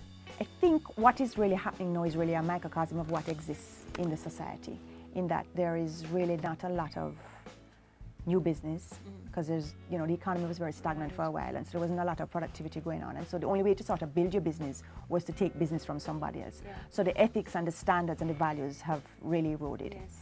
And I have tried to maintain what prevailed when I joined the industry, you know, 30 odd years ago. And maybe it's not very popular right now, but I hope at the end of the day, once I've left, that my brokerage, because when you talk about me and what contribution I hope to make, I think of my company. I hope that that's how we're going to be remembered, you know, that we are a brokerage of integrity and that we really fight for our clients. We try to not just sell your policy, but to buy you something that, you know, is really what you need, you know, based on your risk exposure. Well, Sherda, thank you so much for sharing your chill spot with us, which was just so amazing.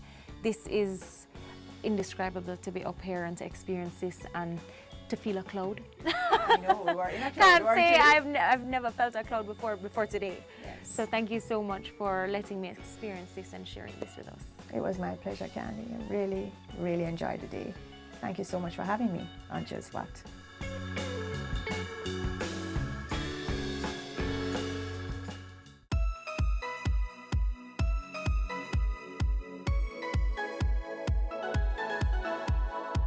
We've come to the end of another episode of Chill Spot, where we got to know more about Sherida Dujan, Vice President of Administration at Thwaites Finson Sharp Insurance Brokers. Sherida told us all about her 9 to 5 and what she does to escape it all.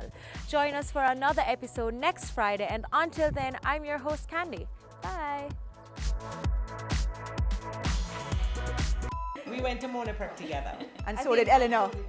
As in, not parents of, you went to Mona We Prep. went to Mona Prep. And we were not in the first year, okay? Not the first cohort. No. Are you a big kitchen person? Do you like to cook? Stop. No. Tanika, ready?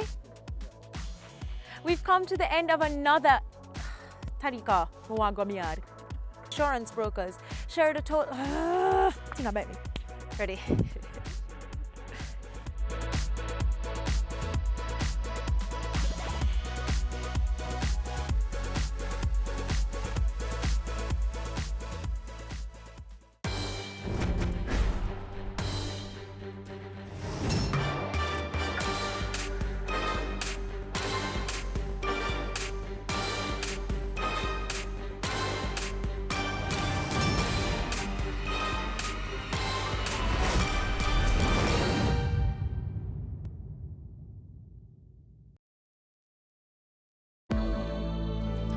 This week on The Good Life, we visit the pain clinic where one Oriental doctor has used his experience with pain to develop a well-integrated approach to help his patients.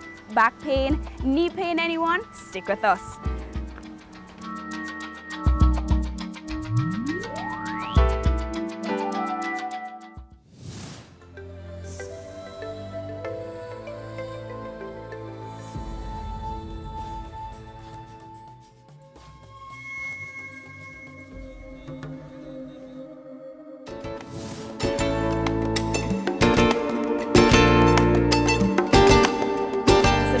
Before we get into the thick of things, what is pain? Pain is physical suffering or discomfort that arises because of injury or trauma or illness.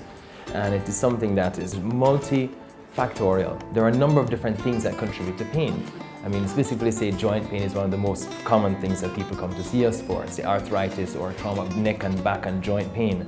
And it really happens if you think of it because joints are slow tissues, they don't get much blood supply. And so once they're injured, they don't tend to get better very easily. So things like aging and wear and tear, or traumas and accidents and falls, or as we know, all of our little illnesses that have happened recently, the viruses like chickpea and Zika and so on, they all dengue, West Nile virus, they all target joints and damage them and make them hurt even more. And so joints are a really good example of what happens to us really as we get older. So basically, we need to be getting older less quickly. We need to help these tissues to recover, not just to treat the pain, but to actually help to speed healing. So it's not just that your back is hurting you, but your back needs to get better. So we not just treat the pain, but we treat the underlying causes of injury to tissues over time, which makes the multimodal approach of a place like the pain clinic what is happening in the world now in effective treatment of pain.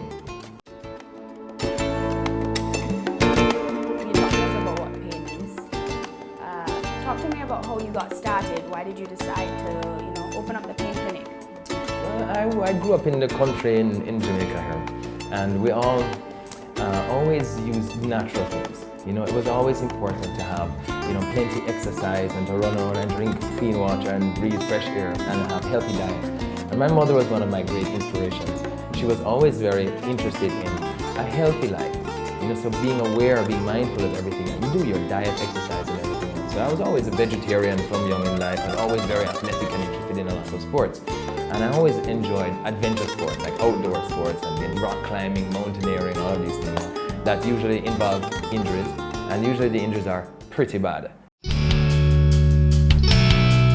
So I actually hyperextended, I broke my back, as it were. So I was twisted my back all the way to the front and had a very, very serious spinal injury when I was in my teenage years, about 17 or 18. And so that took me years to recover from. I mean, I was on medications, spinal adjustment, physical therapy, and ongoing medication as well. This is something that I was a lot of pain for many years, but I was very active and everything and decided that I'm gonna get better. About 8 years later, an avalanche hit me. So I actually had another very severe injury involving twisting my body all around, damaging my joints severely and so on. And I was actually becoming a clinical psychologist. That was the first thing really that I studied. And in my last year then, I had this horrible accident. And a friend of mine said, you should try acupuncture. It's a thing that really has helped me to recover from my back injury. I tried it and it actually was amazingly effective. It was a thing that made more of a difference than anything else did. And I realized that I was doing all of the 3 M's of physical therapy before, the massage to relax the muscles, mobilization, which is the physiotherapy that we think of, stretching and strengthening exercises, and then manipulation, which are adjustments of joints like chiropractic, like Dorn methods and Schroth, their German methods, your Asian methods, your manipulating your spine is important also. So I was doing all of the things you needed to reduce stress on your body, or reduce, the damage that's ongoing, but nothing to actually help it get better. And so the acupuncture part is the fascinating part that actually increases tissue performance so you can get better. In Asia, for thousands of years, people couldn't replace their hip or their knee. They had to get better. And so the performance of your tissues had to increase. And so that is why 1/5 of the world's population uses acupuncture on a regular basis, because it will allow your body to heal and allow everything to increase its quality of functioning. Everything will work better and specific injuries will get better more quickly. Another 1/5 of the world's population uses turmeric and ginger and anti-inflammatory herbs. So again, we have a regular use of things that help to keep our quality of health better. Everything requires an increase in performance. So personally, it was amazing, the recovery that I made. And I had been suffering really with pain for almost a decade now. And that inspired me really to continue to study. Largely because my doctor said then, I think you should study, because given your track record, you're probably going to mash up yourself again. And so why not, learn a little more about it. So then it became, again, I studied then naturopathic medicine and then oriental medicine, which have complete approaches. So they're not these isolated approaches of one therapy. One therapy is not likely to ever help you very much, but using all of the therapies together in a meaningful way allows you not just to feel better, but actually to get better. And so that then became the model on which the pain clinic was founded.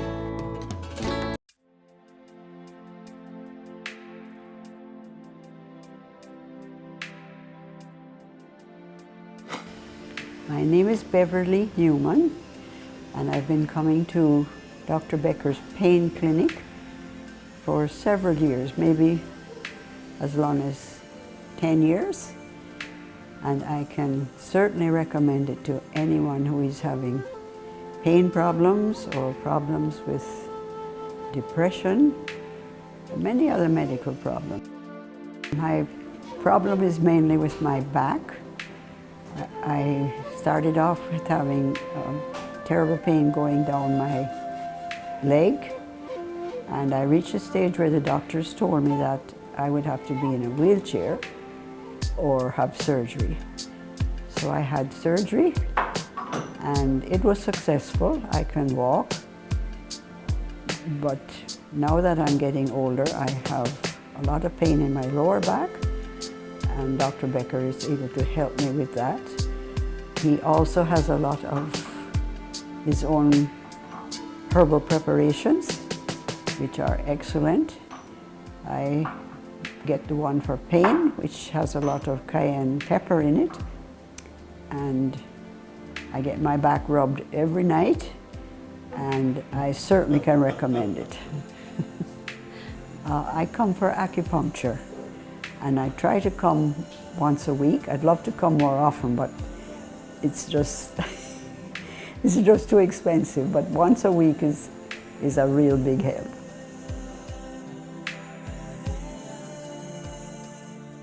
I'm Kenneth Newman, and my wife has encouraged me to come for treatments, as she has found it very helpful over a period of, as she said, probably exceeding 8 years. And I have about one treatment per month, unless of course I feel the need for it.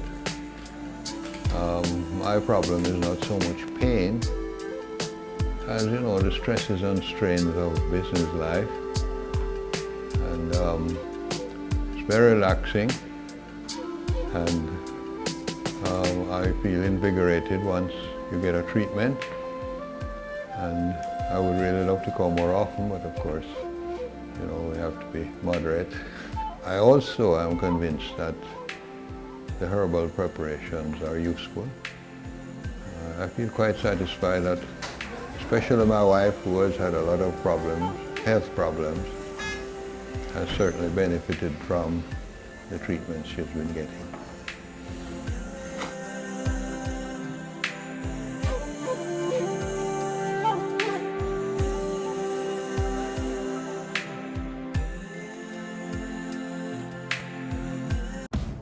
I'm 36. I'm a husband, a manager, and still very good looking. In 2 hours, I have the most important meeting of my life. But first, it's time to play.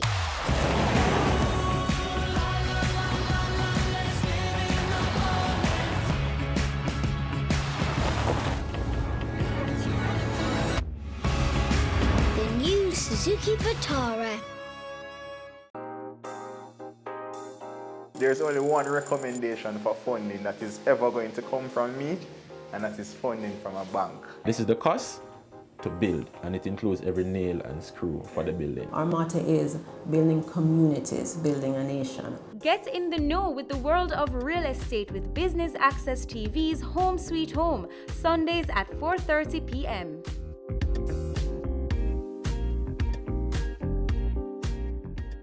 Ready for cable for as little as $100? Ready for no monthly cable bill? Ready for 10 TV channels absolutely free? Then pick up our Ready TV box at authorized stores for $4,500. Hook it up to your TV set, then top it up with Ready credit for 1, 7 or 30 days. Buy now and get $1,000 free Ready credit and start watching your favorite shows. Pick it up, hook it up, top it up. Ready TV. Prepaid cable TV when you're ready. Now serving Kingston and St. Catherine. Limited time offer while stocks last. Conditions apply.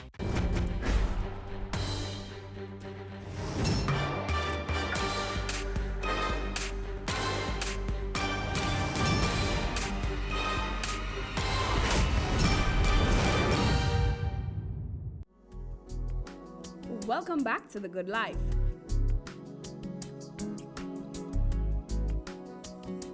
So I've had a hectic week, up and down, shooting all week.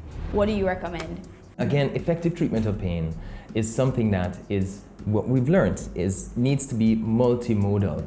Because pain is this multifactorial thing, all these different things contribute to pain, from aging and wear and tear to traumas or falls or heavy days, psychological stress, physical stress.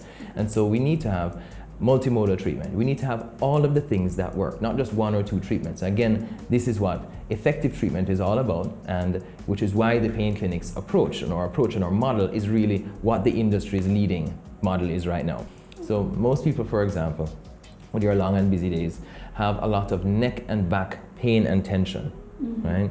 So that's something that we would do, first of all, for example, massage to relax the muscles in the area. And there are very intensive massage techniques and soft tissue techniques that are, say, deep tissue sculpting or myofascial release and so on, that are very intensive massages that don't hurt but are very intensive. Something like acupuncture will come along as well too, to help to increase tissue performance, to speed healing and relax you and bring more blood supply to the tissues.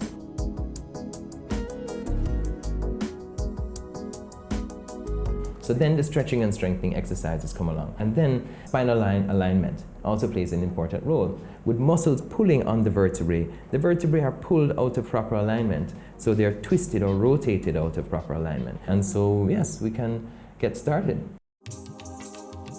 Right, okay.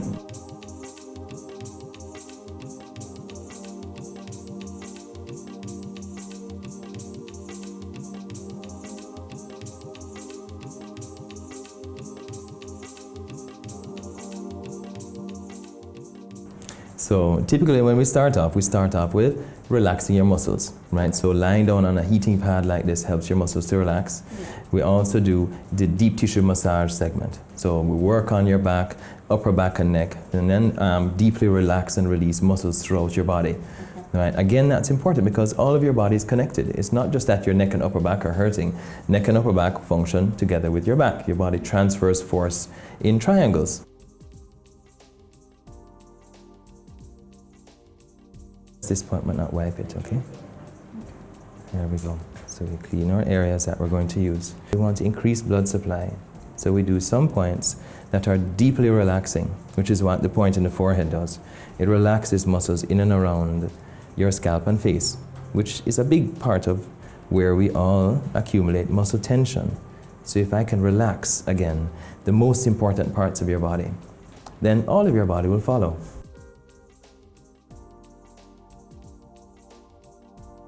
Acupuncture is a 3-year to 5-year course of study. It's something that is extremely precise, and this formula actually is one of the most ancient formulas. Acupuncture is called the secret of kings, princes, and warlords to sire 100 sons. The idea is, again, to increase tissue performance. This is something that is deeply relaxing. The needles are thinner than a hair, you really don't feel them, but they are deeply relaxing. Your body immediately responds to them because they're a foreign object that's past your body's defenses.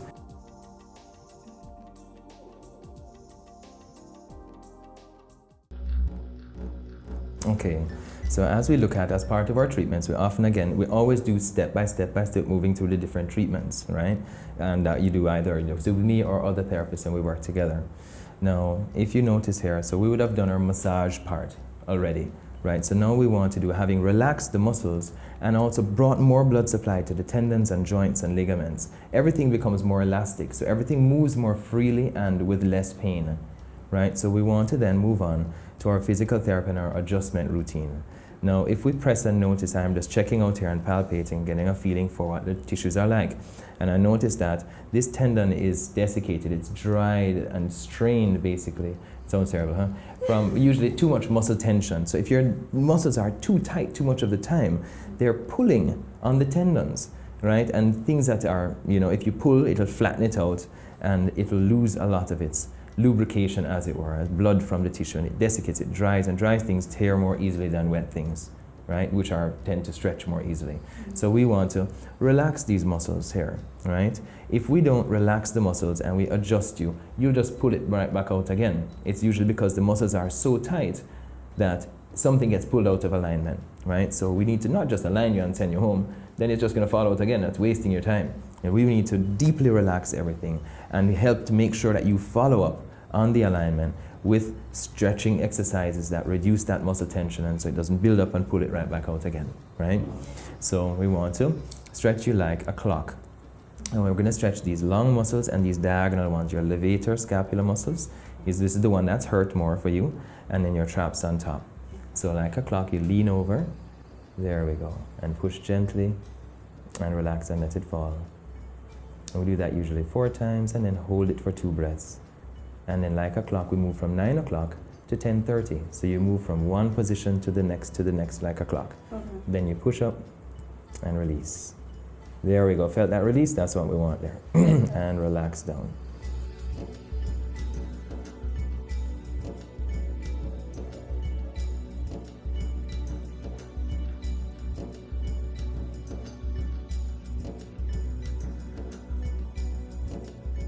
If a joint is hurt, we don't want to rough it up. We need to move it gently. And always use that PNF related stretch, the push, release, push, release, push, release. So it ratchets down, So again, if we would let's do this corner here, which is the most important one for you. You start at your maximum, you never force it. Stretching works, but it doesn't last. Like a rubber band, if I stretch you and let you go, you're back where you started. But if I trick the Golgi organ in the tendon into releasing the muscle actually got longer. We didn't stretch it. Or we did stretch it, but it stayed stretched. Push, and then relax, and let it fall. There we go. Felt that release? And push, and release. And push, and release. And just release. And always rotate back to the 12 o'clock. So you release all of these muscle groups, and then you use one that you did not really release, right? To lift your head back up, so we preserve the elongation of all of these muscles. One is frequency. You need to do them regularly throughout every day in order to really get better, right? Not just feel better, but really get better. And then compliance. No matter how good it is, if you don't do it, it won't work. And so these new routines are very short and simple. Anybody can learn them in just a few minutes. We have nice handouts for them as well too. They're good to stick up and help you to remember. So Dr. Becker, What about joint pain? You know, people have arthritis, and I can't really think of any other joint pain. No, joint pain is again one of these things that is multifactorial. The same things we talked about a while ago. The three main things that contribute are aging, wear and tear, so use and heavier use, say with athletes, for example, or with people getting older, like all of us, right? Then trauma, accidents and falls and so on, or an impact, high impact sport like football, for example, or tennis, right? And so it's repeated injury over time. Or infections like chikungunya and Zika and dengue and West Nile virus and all of this. All of these things damage our joints and wear them away. So if you were sitting for 45 minutes or more, or standing, for example, you will have lost a lot of your joint volume because you weren't moving a lot, right? And so you want to wake them up again. So you want to gently move your knees. So 1/3, say. So small movement. And then a bigger movement, 2/3, a few times. And then the biggest movement that you can make without pain 3 times, straightening the legs but not locking them. Okay. So 3 times. And then go back to little movements. Now these small movements gently activate, say bring more blood supply, synovial fluid, everything into your joints. You'll hear them crack and pop sometimes. That's because their volume is increasing, but gently, not by some dramatic technique, right? Yeah. Gently increasing the volume of the joints so that they work better and feel better and are capable now of accepting your body weight when you stand up. Right. So if you notice, this is what children do when they sit down. They're swinging their legs. That's so they are maintaining the volume of the joint so that they can get up and go. So Dr. Becker, if the routines are so quick and easy, why aren't more people, practicing them? Well, again, if we look at systems of healthcare, so our healthcare system has really become a sick care system. You don't go to the doctor when you're sick, right? In these ancient systems, they needed healthcare. They needed people to stay healthy because they didn't have surgery the way we have them, or pharmaceutical drugs to help them when they were really badly hurt. You had to stay healthy. And so our systems now, healthcare systems in the world, in Europe, for example, have noticed this and are incorporating a lot more of these techniques so that you can have them every day, have access to them every day. Doing these simple exercises reduce muscle tension, reduce stress, keep your joints healthy and pain-free and functioning well, and they're so simple that, of course, everybody should be doing them. All doctors should be recommending them. But again, pharmaceutical companies write our textbooks. And you have all these little tools that you can use repeatedly throughout the day, like you doing all of your standing and so on. Good to take a break, 2.5-minute break. And sit down, do range of motion for your ankles, which go in a circle, your knees, which go back and forth, your hips, which go in and out, right? And then we can cross over the leg and stretch your back. It's something that these gentle twisting exercises can sometimes crack your back and so on, but that's not desired actually. What's desired is to increase the range of motion of the joint and to do it gently so that you actually increase it in a way that you can maintain. So again, we keep you healthier throughout the day.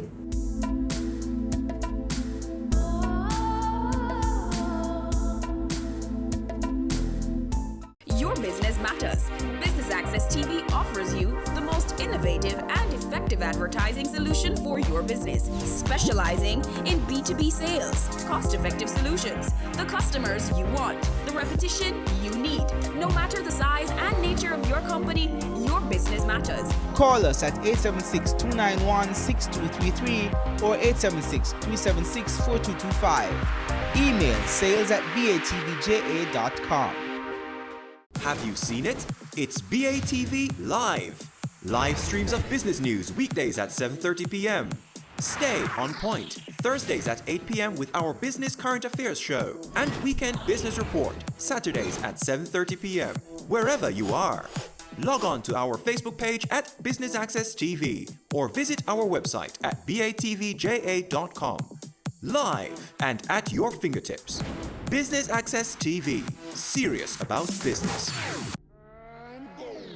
Career Moves has always explored interesting careers, highlighting all you may not have known about them. This season is no different. Coming back to Jamaica, everyone's like, Fizzy what? Fizzy who? When you find a bright boy or girl in the class and people say, what are you going to be? The parents will say, you have to go be a doctor, you have to go be a lawyer. Nobody says you have to go be a politician. Let me see your hands! Tune in Tuesdays at 8 p.m. on Business Access TV.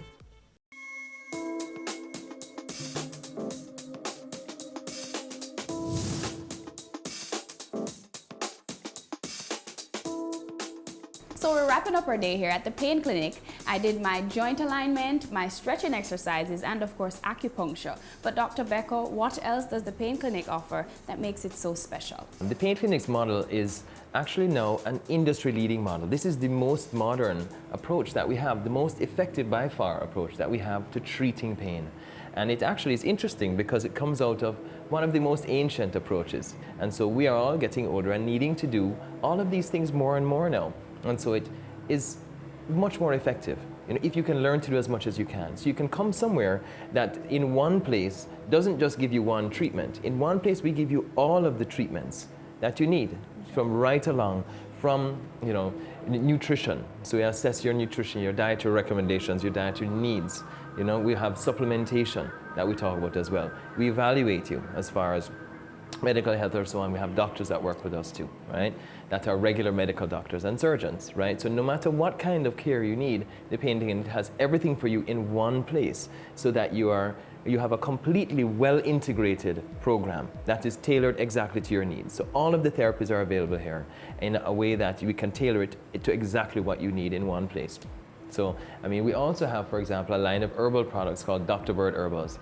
That includes, organic Jamaican herbs that are grown with the highest quality and processed in our manufacturing facility. This is something that gives our Jamaican herbs, which are absolutely fantastic in quality, a lot more effectiveness because we are again using a concentrated extraction process that makes the formulas extremely effective. And we have a wide variety of formulas. You can have a look at our products again on our website. It's drheinzbecker.com, DOCTORHEINZ, Becker, BECKER, or thepainclinicjamaica.com, or drbirdherbals.com, DOCTOR. And now with all of the research supporting things like turmeric, things like cerci, cinnamon, there are so many things, or cheney root, or anti-inflammatories. People need to use them more. Go to Jamaica and export them. Hello.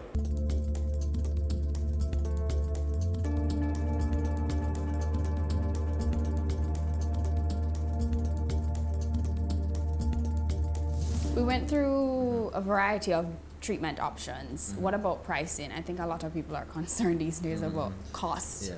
Well, again, we have a range of costs depending on the treatments, and we always try to fit in as many treatments as possible into one session so that you don't have to do repeated treatments. So treatments range from, say, 4, 5, 5, 5 upwards and so on and around there.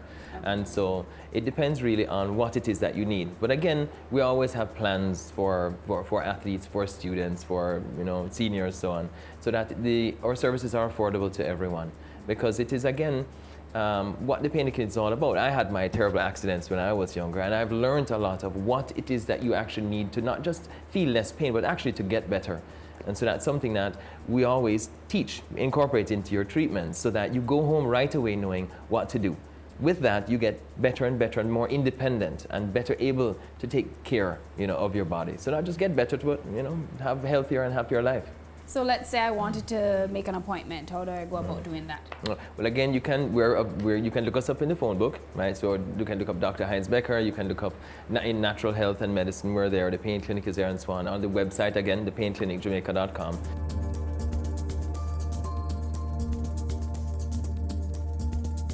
Pain may come, but it doesn't have to stay. The Pain Clinic is the perfect place to try all natural methods to relieve discomfort.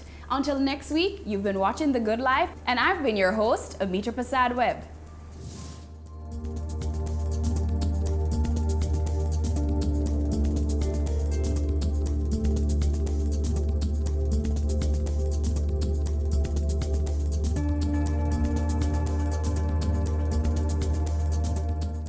They say it takes a village to raise a child, but the world will one day need the leadership of that child. The time you spend with your child matters. It stimulates their minds and shapes the way they act. Talk with your children. Help them to better understand the world around them and to value what is truly precious. Above all, the most valuable gift you can give them is love.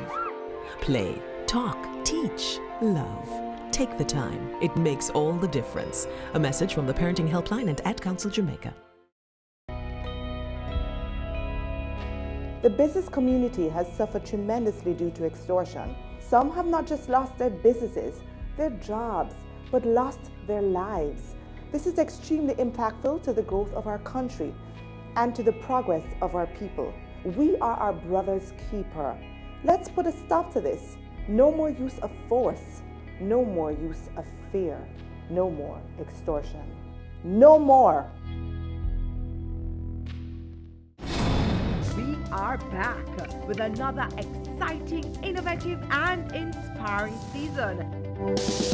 It takes a lot of stick-to-itiveness, being consistent and persistent in whatever you're doing. That's the bottom line. Business exists to add value to people's lives. And if we're not doing that, might as well we pack down the store and just call it a day. It's a season 3 of Creating Wealth, Mondays at 8 p.m. on Business Access TV.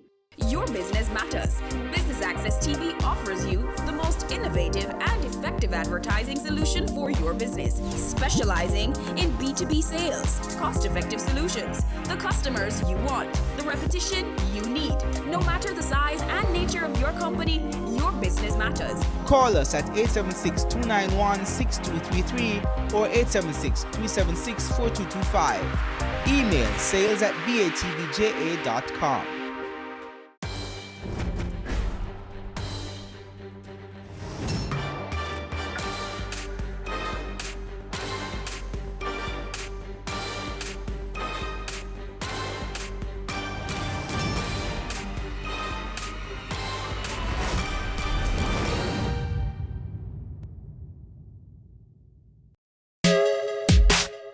My name is Christelle Harris. You're watching Business Access TV.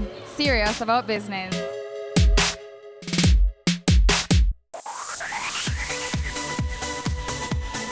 You're watching Business Access TV. Business Access. Business Access. Business Access. Business Access. You are watching Business Access TV.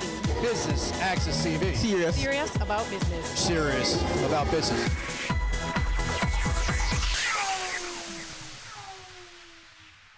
Hello and welcome to Business Access Television's coverage of the Business Breakfast for the upcoming publication of the Business Year 2019, the Jamaica issue. I'm Keneal Gale. We are here at the Hard Rock Cafe in Montego Bay, where business leaders and the movers and shakers from the Second City are gathered. So let's go inside, mingle a bit, and then hit the stage.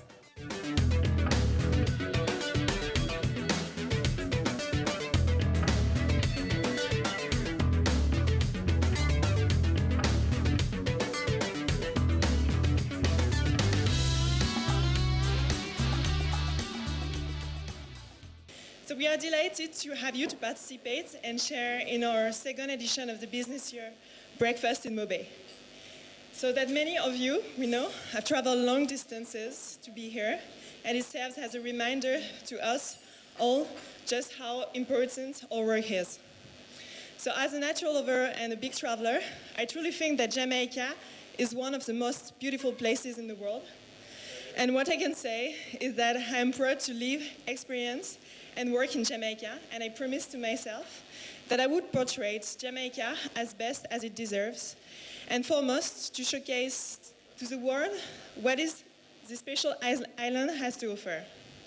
So on behalf of the business year, I sincerely thank and acknowledge every one of you extended help to us for making this event a grand success.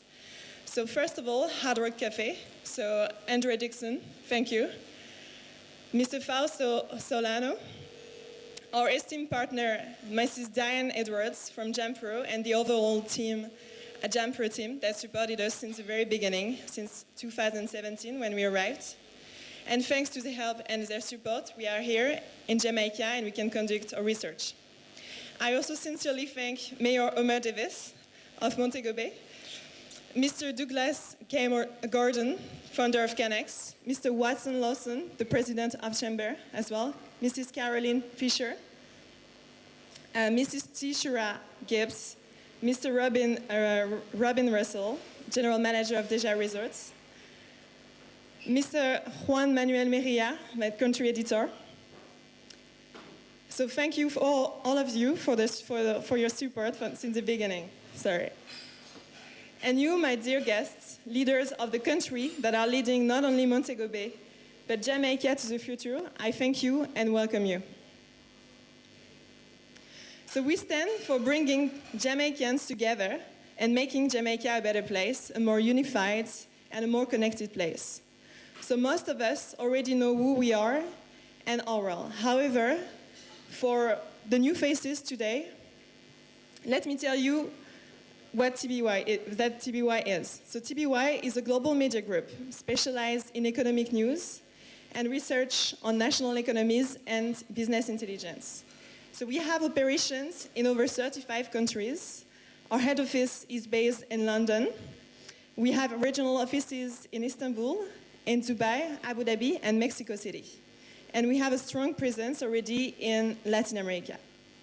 So the way we carry out our research is that we meet face-to-face with the community of leaders, and we stay for an average of 6-8 months in the country to meet with the most strategic leaders and most prominent figures of the country from the main and most important companies, as well as the governmental officials from the public sector. So over 70% of our publication consists of interviews, so that we provide the most accurate and up-to-date perspectives from the experts themselves. So as some of you know, the business year arrived in 2017 for the first time in Jamaica. And we have been invited by the Jamaican Promotion Corporation to compile a comprehensive research on the economy of Jamaica, combining our international expertise with their local experience.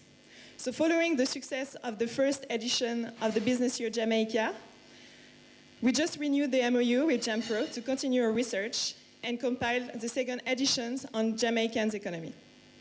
So our final goal is to create an annual publication about the economy of the country.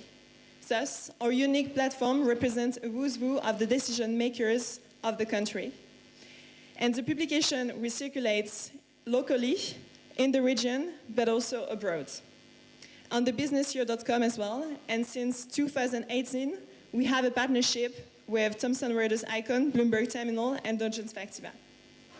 So today, we are all together because we need your full cooperation and support to truly reach the stage where we can have prosperity for all. So we know that Jamaicans, people want to tell stories that are wrapped in their own textures, language, and humanity. So we are here to use our platform to change the global perception and narrative surrounding Jamaica to truly reflect the economic potential of the city and the island, and further highlight the vibrant and dynamic local leaders, such as yourself, that are moving Jamaica forward. I am very happy to be here this morning on behalf of the Montego Bay Chamber of Commerce, because this breakfast launch is for us another opportunity to carry out what we believe is one of our natural duties, indeed obligations, as a chamber, that being support and aggressive marketing of this space that's otherwise known as the tourism capital of Jamaica. We recognize this is another grand opportunity, not just because what you will learn or have learned about the reach and the capabilities of the TBY, but this is a place where we have been before. That is to say, only last year the Chamber connected with TBY, and the results commencing with the showcasing at the Jamaica Investment Forum last year spoke volumes. In fact, yes, as Aska said, they officially launched their first publication, the TBY Jamaica, at the forum in partnership with JAMPRO. So let me also recognize the TBY for, one, the interest it has taken in Jamaica and the excellent way in which it had delivered on marketing this space and all the great products and services available. You know, I will admit, ladies and gentlemen, that I'm also very happy for the opportunity this morning for selfish reasons. Yes, selfish reasons. Because I've recognized that this partnership, this renewed connection, sits very well with 3 overarching strategic initiatives for my administration. Indeed, the 10-point strategic plan for which this administration was mandated to execute on are all within the areas, namely member centricity, modernization, and advocacy. Member centricity, here we want to zero in directly on our membership, on how we can facilitate direct benefits. We had and we still have in mind the sweet deal access, which we are now referring to as the member-to-member discount program. And I encourage all our members to sign on and don't be left out of this pool. We are seeing to the delivery of worthwhile, cost-effective training programs to benefit the members and their staff. This, we know, will have direct benefits in sharpening a critical asset for most, if not all, businesses. And I'm referring to human resources. And I want to recognize Dollar Financial for the sponsorship of our first training program. We expect to arrange a second one in November with a focus on digital marketing. And again, we encourage our members to use the opportunity provided by the Chamber. Member centricity is also about improving networking opportunities and improved flow and regularity of communications amongst our members. That's also being done through our monthly meetings, which we have also now added a new twist of getting these away from the Chamber office facilities, but to different venues across this wonderful city. Hello, Pier 1. The TBY Jamaica connection gels with this mandate of member centricity, as what is top of mind for us is our membership being able to reap the benefits. Those who decide to utilize the services of TBY, they should reap the benefits from the tremendous reach and capabilities for which TBY Jamaica offers.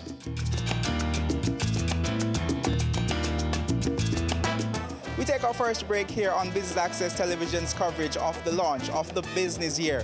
We are in Montego Bay, and when we come back, we will hear from the mayor of Montego Bay, Homer Davis.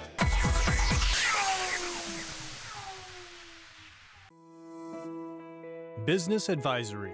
Realize greater growth and profitability. Navigating market changes can be challenging for any business. Our goal is to help you identify opportunities at any stage of your financial life cycle, ensuring you continue to meet your business needs in complex market environments. From startup through to expansion, tax advisory to accounting, Dodge & Global provides a multidisciplinary approach to managing the entirety of your affairs. We ensure your business remains profitable and competitive. You can expect practical advice, effective cost management, and a mutual respect for your goals and growth aspirations. Our commercial advice comes from extensive knowledge and experience working with a broad range of business and industry sectors. Dodge & Global can help you make smarter, more effective decisions. Let's have a conversation. Contact us at email info@dodgen.global. Website https://dodgen.global.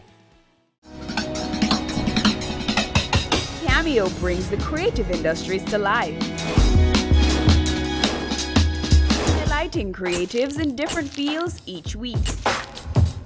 Art. My life turns art. I breathe, I eat art. Fashion. Food. Without a customer, we're nothing but four walls. Music. Film. Cameo, only on Business Access TV.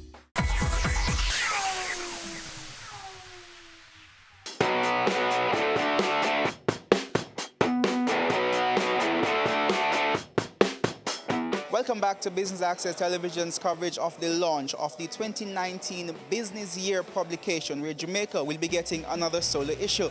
We will now hear from Montego Bay's Mayor, Councillor Homer Davis. Let's go to the stage.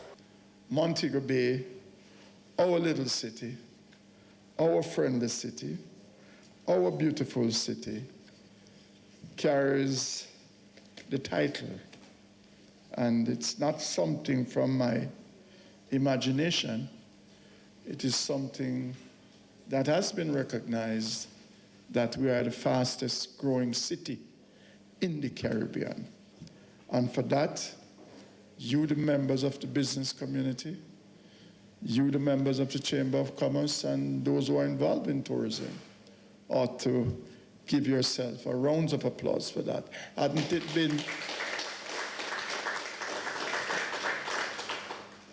been for you to take a risk, investment is a risk, then we would not be seeing what we're now seeing in Montego Bay as it relates to development. So, Montego Bay, the status as it is now, is due largely to work being done in marketing Jamaica as the best place for almost everything. I could say tourism, I could say BPO industry, I could say other investments, tourism-related entities.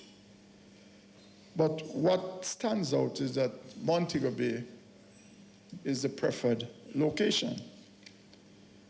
And it is a preferred location because I tell people that Montego Bay is an hospitality area. We have learned to welcome people. It doesn't matter where they are. As a matter of fact, my friend there said when he's in Montego Bay, he feels more welcome. He feels as if he's a part of a community. There's an intimacy with Montego Bay, and that is why Montego Bay is really the preferred location. You've been here for 2 weeks, you're no more stranger. You know just about everybody. You know about just all the eatery, all the drinking spots, all the place to be. And that is a good thing with Montego Bay. So we enjoying what we're now enjoying. It's not an accident. It is a culture. It is a culture that I've developed over the years. Because I came here 40 years ago, and that was the culture where the people of Montego Bay embraces their visitors, whether they are local, they are foreigners. They embrace you. And that is the thing with Montego Bay. I'd like to start by commending TBY and the JAMPRO team for the initiative to launch the publication last year and the push for a second year. As the mayor said, Montego Bay has been consistently one of the fastest growing economies in the English-speaking Caribbean, and it's important that that be highlighted and presented on a platform that will spur further investment into our future. Last year, I was very active in supporting the business year's objectives because we saw it as an opportunity to highlight some of our companies and entrepreneurs, as well as to promote business in the city. And I would like to say thank you to the TBY team for accepting my proposal last year to ensure that Montego Bay had a special focus in the publication. It would be remiss of me not to also mention that I'm especially grateful for the special attention the city received at the launch of the event at the Jamaica Investment Forum in June of this year. Wearing the hat of I Love Mobay, I am delighted that the business year will now be giving internship opportunities to our youth to allow them to work on a publication of this caliber, reaching a global audience. Business leaders, I implore you this year to facilitate the team from TBY. Ensure your businesses are represented in the publication and your industries are highlighted. I Love Mobe congratulates the business year once again. We wish for you much success with the 2019 publication.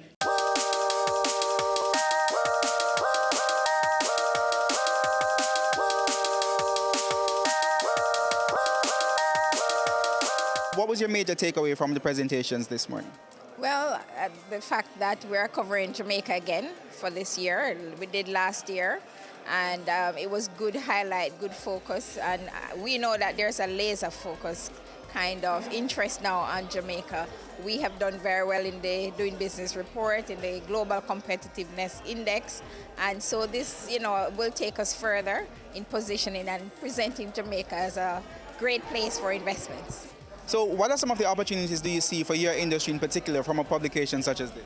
Well, as you know, we're in the global services business. So our interest is customers looking to do business with existing providers, new entrepreneurs, new businesses in Jamaica.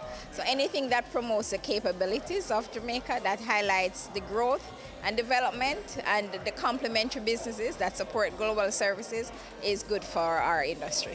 In your presentation, you spoke about the importance of a magazine and publication such as this to Jamaica and to Montego Bay. How will you be ensuring or encouraging your members to try to leverage this type of exposure?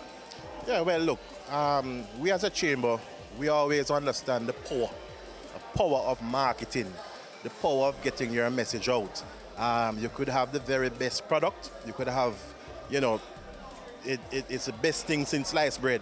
But if you're not getting your message out to the marketplace, it really means nothing. So we encourage and we will encourage our members to jump on this opportunity.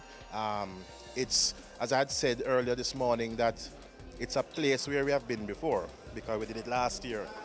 It was highly successful. You've seen the product. They're also on the World Wide Web. You can view it there. And they have the capacity to get your message out globally. We encourage our members to look at it and to see how well they can exploit the opportunity.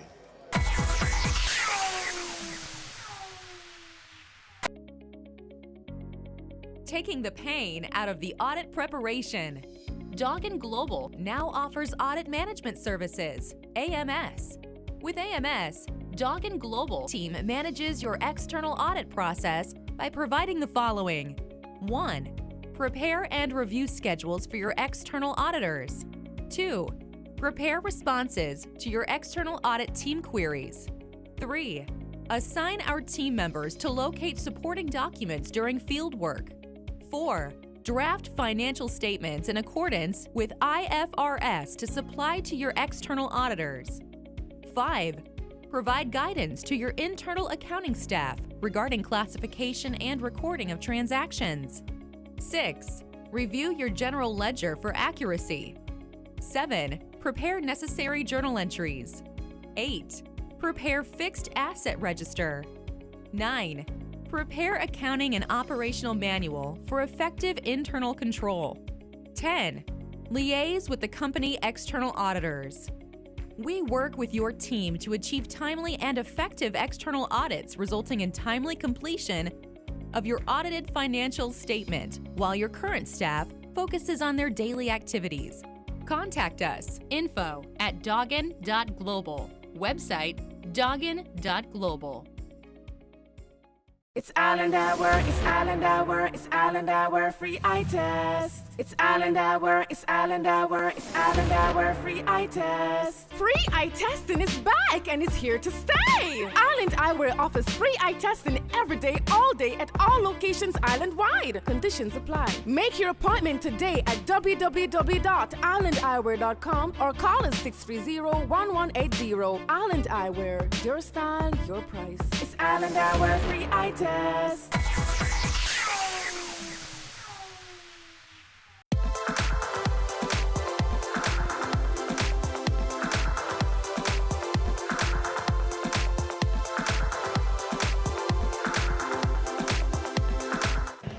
From this type of publication, this type of exposure, what are some of the industries that you would want to see attracted to Montego Bay from these investors? Well, Montego Bay is known for tourism, the BPO industry, that one is growing, farming, which I think we have a very good opportunity for not Montego Bay, but for St. James, especially the southern section of St. James where the farming lands are located. Because we have a service industry, and a great part of that service industry and this hotel industry is that the visitors who come here, they eat and they drink. I am not sure, or I could say that I don't think that we are really taking full advantage of the supply chain. So you're saying there's a lot of untapped potential there? I think so. I know so. Because from time to time you will hear things. Hotels have to be bringing in this type of agricultural produce, this type of agricultural produce. But with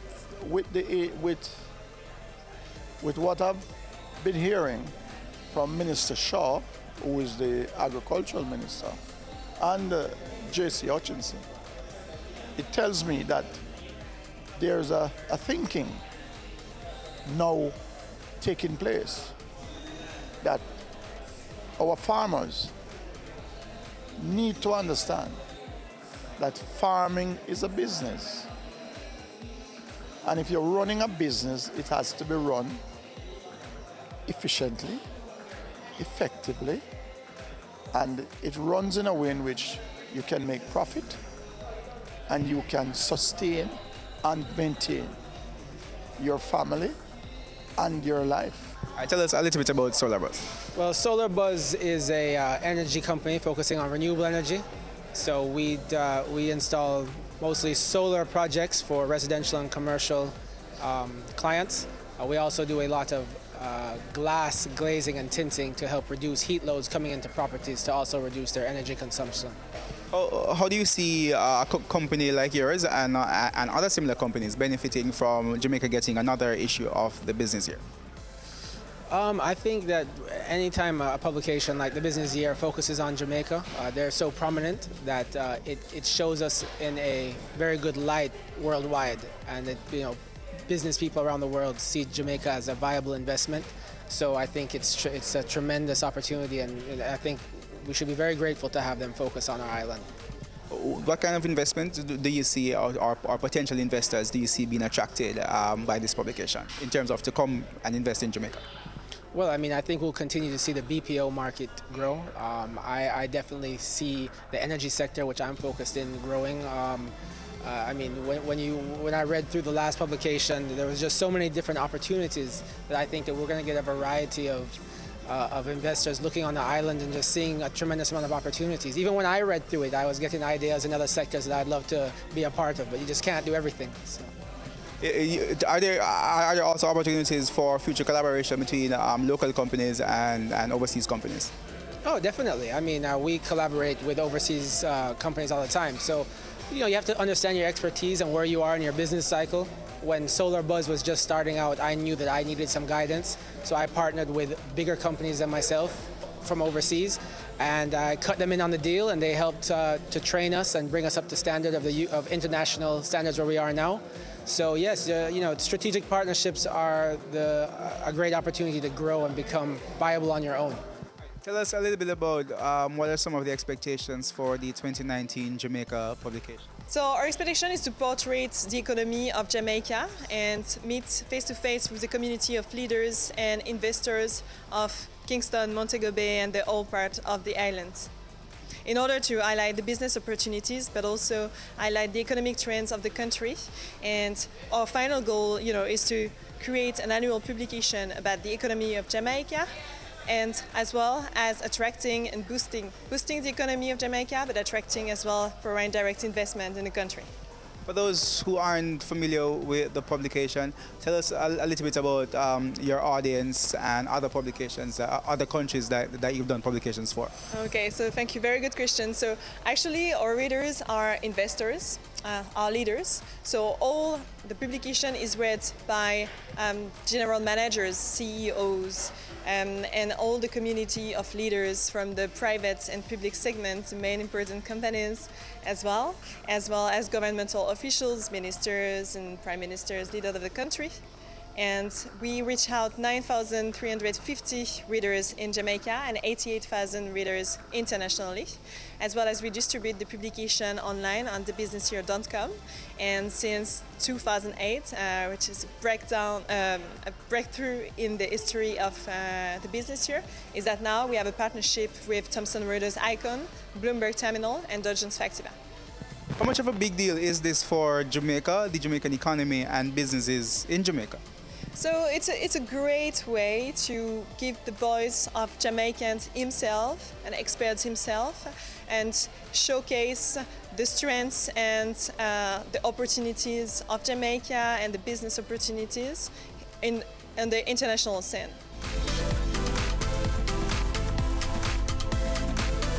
And that's how we end our coverage of the Business Breakfast for the publication of the Business Year's 2019 Jamaica issue. We hope you enjoyed our coverage. I'm Kenil Gale. Pleasant viewing.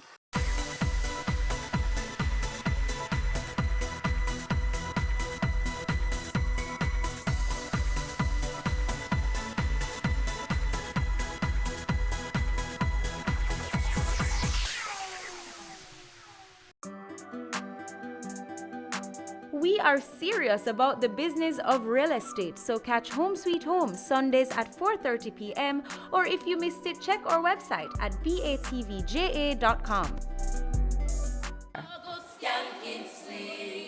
Everybody wanna feel like forget your troubles and rock with me. Clarendon had more to offer from the little ones at the Rosewell Primary School.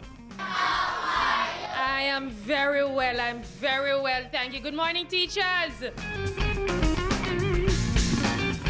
Help me big up Jamaica, the land of food and water. The system might not cover, but the battle of the food and the culture.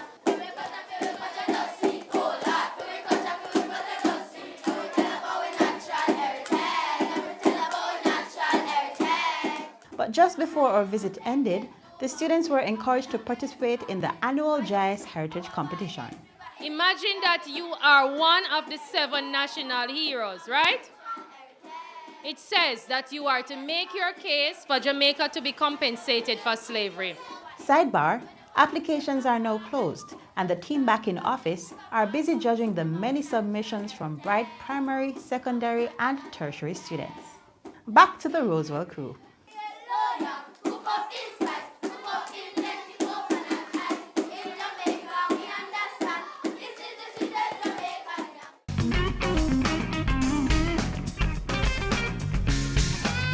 St. Anne also had more than enough excitement and cultural offerings for us. First up, Prairie Primary and Infant School. And it was obvious that our presence and gift were much appreciated. I learned a lot from this day, and I would like to thank you very much. Wait, we're not quite finished with St. Anne yet.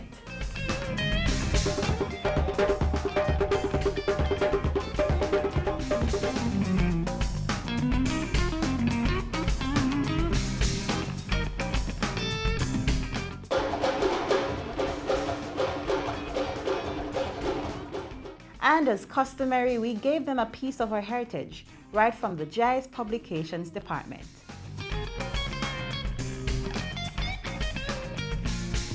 Our Heritage School tour then took us to the Bread Basket Parish. Here's what Aberdeen High School had planned for us.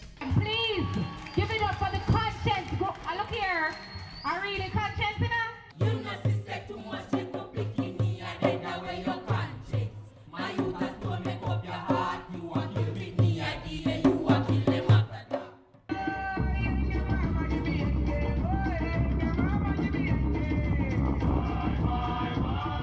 Our taste buds were also satisfied with some traditional Jamaican foods, and we traveled back in time to experience some old but efficient practices. Time flies when you're having fun, but we couldn't let it fly away without experiencing more of what this parish has to offer.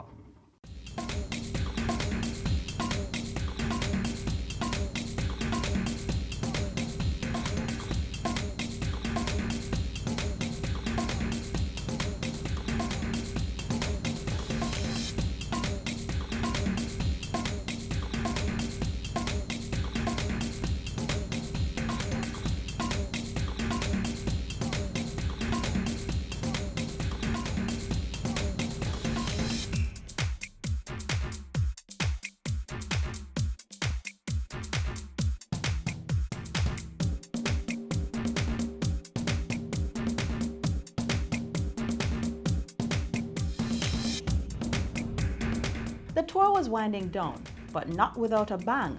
Portland was next, and the students of Windsor Castle Primary and Infant School served up an enticing treat, and of course, we followed suit. Welcome to Windsor Castle Primary and Infant School. You're watching Jamaican Magazine. Woo!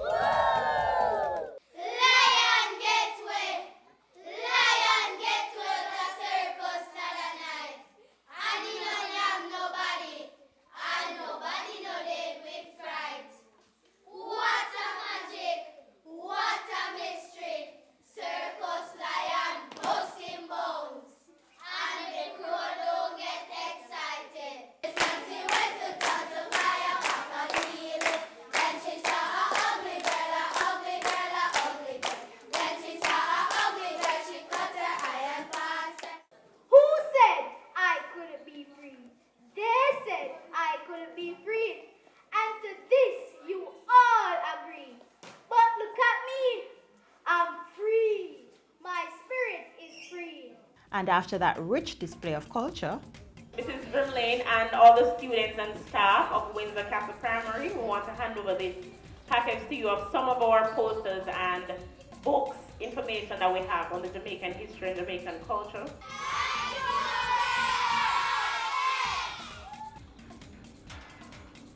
and that's all we have for you from this year's GIS Heritage School Tour. Watch out for us again next year when we do this all again. Who knows, your school might just be on our list.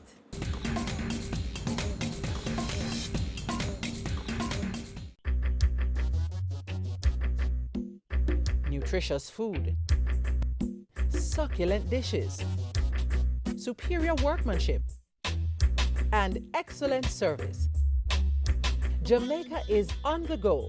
Let's grow what we eat and eat what we grow. Let's harness the indomitable spirit of our most valued resource, our people.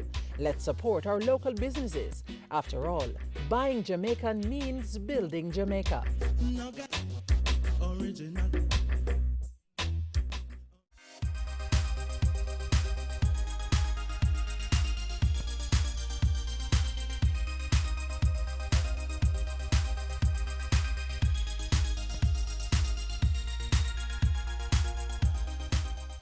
Jamaica and China have partnered in the area of sports to provide training for athletes and coaches in various disciplines. Our team was in China recently to see what's been unfolding. The Jamaica-China Technical Cooperation Program is the largest bilateral sports agreement between the two countries. For each year of the 3-year China-funded program, 138 Jamaican athletes, managers and coaches from 7 sporting disciplines traveled to China for 2 months of intensive training. So we have 3 teams in Yunnan province, that's in Kunming. Those are swimming, female basketball and female volleyball. In Yunnan province, we have synchronized swimming, gymnastics, badminton and female football. One of the first stops that we made in China was to the Kunming Physical Training School, where we observed the volleyball, basketball and swimming teams in training. They train twice per day, starting at, the day actually starts at 6 when they have breakfast. We arrive at the center by 8:30, where we do a 30-minute warm-up, They hit the pool by 9 o'clock. Training is normally completed by 11 once the sets are completed, and then we return to the hotel. They have lunch. There's a 1.5 hour nap time, and then we come back in the afternoon at 2:30, another half an hour session of warm-up, and then we go again at 3 until 5. They take the training very serious, and we also see they have many improvements during all the training. But for one thing, that's the coach very appreciates that they follow coach instruction, and they try their best to get more improvement. As you may know, China is ranked amongst the top 5. They have one of the top 5 best volleyball teams in the world. So coming here to train, we're training amongst the greats. While here, we do a lot of repetition, and it really helps us getting better performance-wise. Where we're weak in terms of our strength, the gym work really helps, and when we go on court, it shows. So we're able to hit the bar harder, able to jump higher, just perform better. They're really positive and they are serious with this training, and they like to learn. The coach, he uses gestures while he speaks to us. So as volleyballers, we understand those gestures, and those who came last year will understand a little of the Chinese, like counting from 1 to 4, we understand that, and other little things.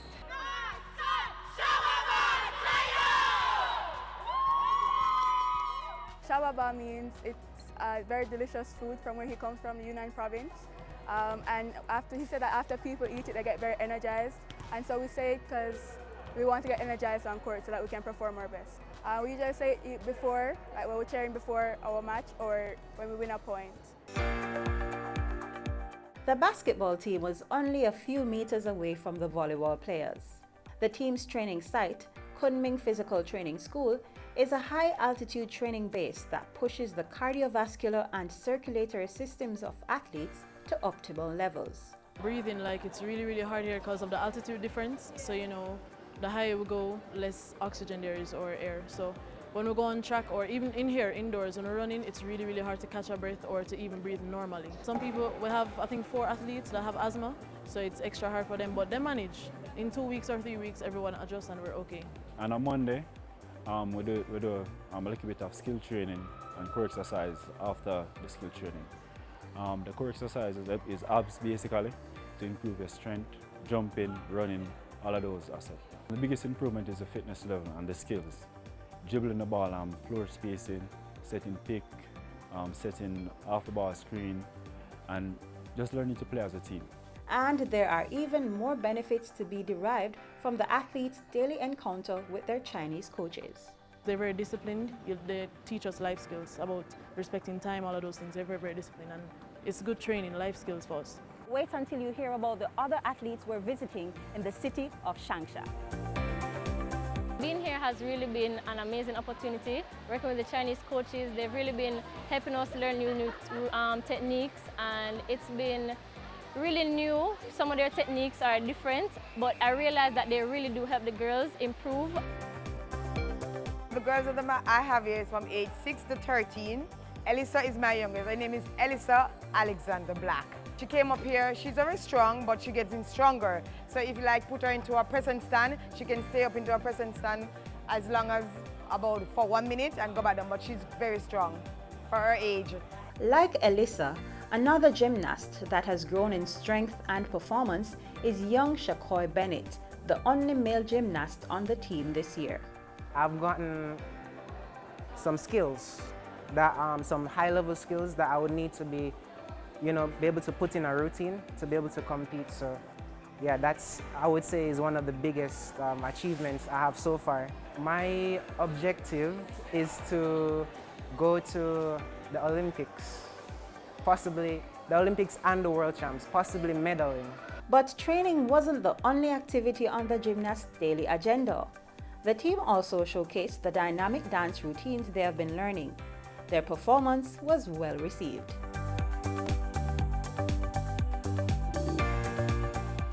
Hi, I'm Kayla, the captain of the female football team here in China. Ni hao. In terms of the training, Some of the things that we do here you don't really see in Jamaica, so you pick up a lot of new things that you can bring back home and teach your teammates, your coaches, your friends. Every drill that they do right here, they focus on defending. They put in both attacking and defending. So if you look at them playing right now, how they set out, the coach incorporate all of those stuff in it. In Jamaica we do drills like this, but you don't really think there are so many drills, but like this one thing until you come here. This is an awesome initiative, and I think that it can only be better for the nation, for the girls to come to a place like China to enhance their talents. I believe that the girls want to be that next reggae international girl, and so this year it has really pushed the girls to work even harder, and you can see in training where they are constantly reminding each other to stay focused. So there's only one more team to visit, and this team happens to be the largest group in the delegation. Can you guess what that is? Badminton.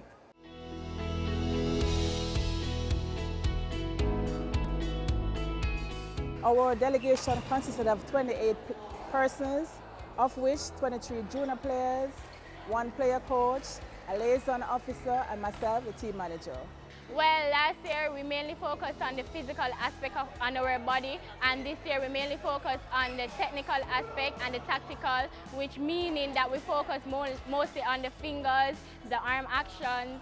And in Jamaica we play European style of badminton, while here we play Asian style of badminton. Biggest thing that surprised me was probably their playing style. When I was in Jamaica, we're taught to use the wrist more, and then now we're taught to use the fingers to play.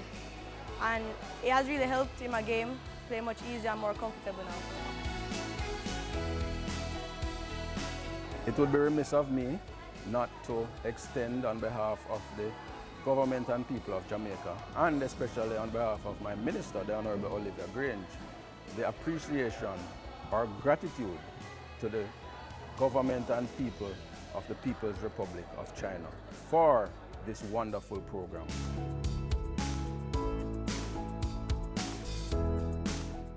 As we close today's show, we ask that you stay connected via our website, jis.gov.jm.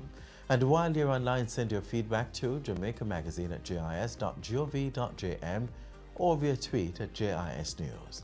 On behalf of the entire production team, I'm Adrian Atkinson. Do take care.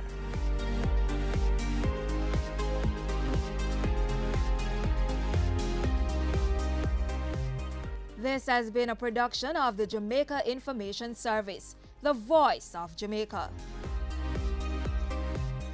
Ready for cable for as little as $100? Ready for no monthly cable bill? Ready for 10 TV channels absolutely free? Then pick up our Ready TV box at authorized stores for $4,500. Hook it up to your TV set, then top it up with Ready Credit for 1, 7, or 30 days. Buy now and get $1,000 free Ready Credit and start watching your favorite shows. Pick it up, hook it up, top it up. Ready TV. Prepaid cable TV when you're ready. Now serving Kingston and St. Catherine. Limited time offer while stocks last. Conditions apply. Your business matters.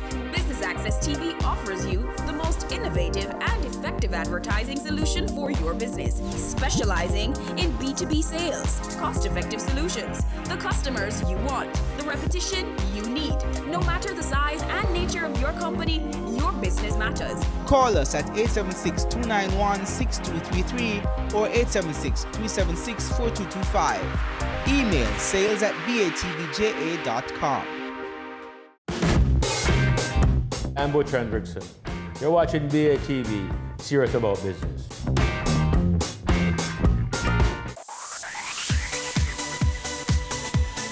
You're watching Business Access TV. Business Access. Business Access. Business Access. Business Access. You are watching Business Access TV. Business Access TV. Serious about business. Serious about business.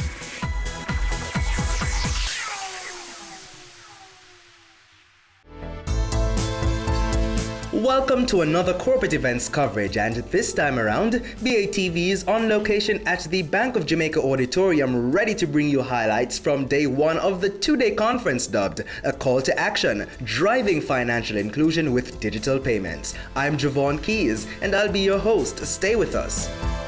The DBJ is really proud to be associated with this event, with a focus that we have on driving the economy by looking at the role that we all have to play in championing Jamaica through each of our line of businesses, each sector, and each person. It is indeed appropriate, I think, that the theme of this conference is a call to action. Each representative in this room was not invited by coincidence. It was by assessing the vision that as to where we are, where we need to be, and who are the instrumental players needed to help us in this journey. And so it makes sense that the DBJ and the Bank of Jamaica would collaborate in this area. The DBJ, as most of you probably know, is mandated to provide opportunities for all Jamaicans, regardless of their social status, to improve the quality of their lives through developmental financing. The Bank of Jamaica is responsible for creating and managing the monetary policy that affects every Jamaican and every financial institution in the country.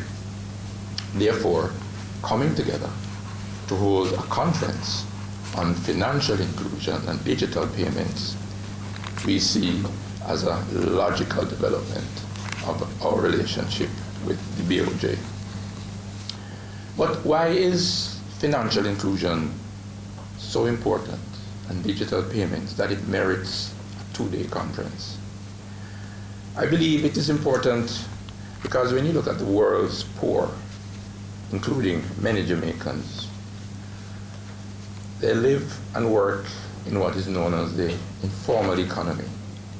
Yet even though they have very little money, they still manage to save, borrow, and meet their day-to-day expenses.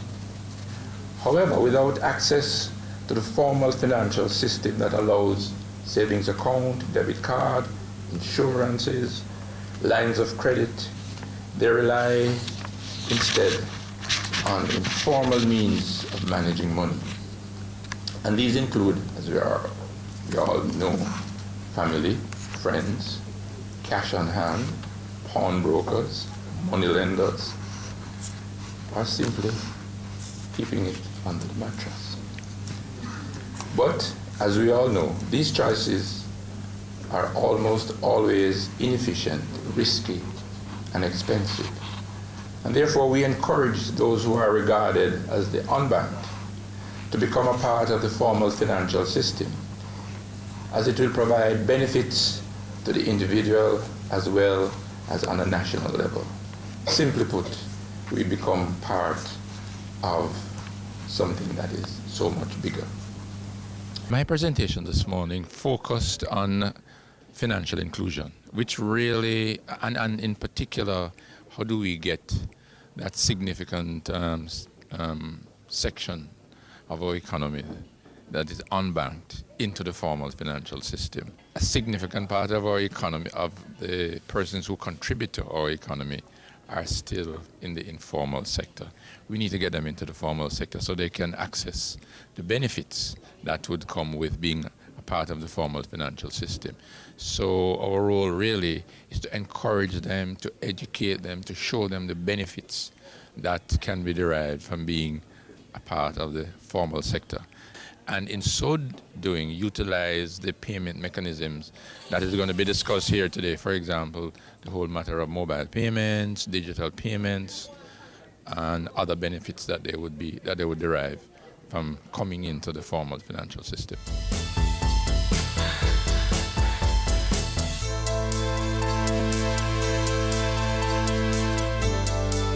We are convinced that through this conference we can begin to build awareness and continue the conversation about the issues and challenges that must be resolved as we strive to develop and provide payment products and services to satisfy the needs of the average Jamaican consumer.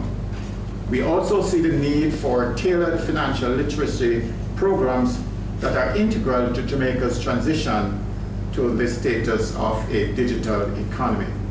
Over the next 2 days, we will engage in vibrant discussions on how innovations in electronic retail payments can impact Jamaica's development and how regulation can foster innovation. We will take an in-depth look at the risks and opportunities associated with digital payments and, most importantly, discuss how public-private partnerships can create a sustainable ERPS ecosystem. We will hear from our authorized ERPS issuers their experience with electronic retail payments. We will also hear from a micro entrepreneur on how electronic payments can help to grow his business. It is anticipated that arising from these discussions, we will all have a renewed commitment to the development of the ecosystem to promote the use of digital products and to unlock the potential economic benefits associated with increased digitization of the economy. Ladies and gentlemen, I declare the conference open and with the wish that our deliberations will be fruitful. Thank you very much. Driving financial inclusion through digital payments, that's what we're about today. The idea is to bring the regulators, the facilitators, along with some of the business partners into the discussion.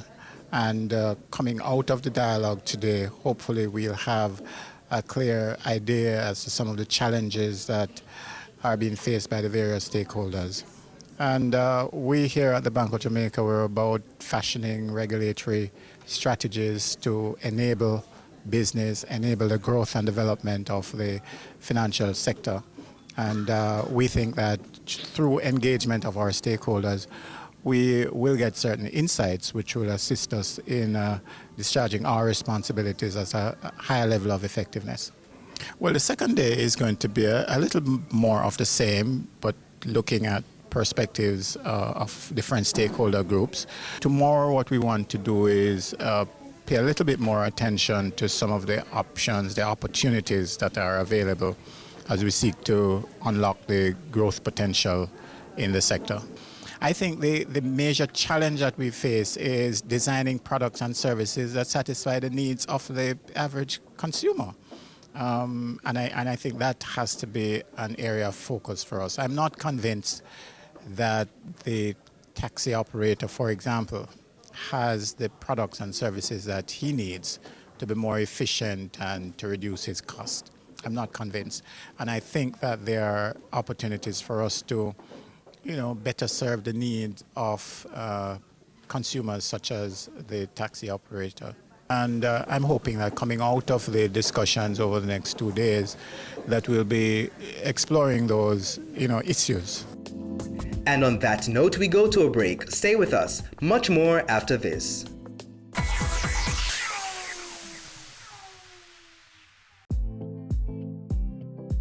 Stay current and gain more information on the ever-evolving industry of real estate on Home Sweet Home, Sundays at 4:30 p.m. on Business Access TV.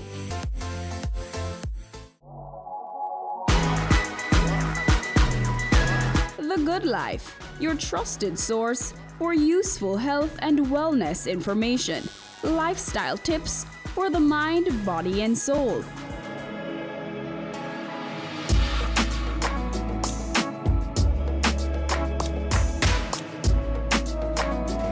Tune in Tuesdays at 8:30 p.m. on Business Access TV.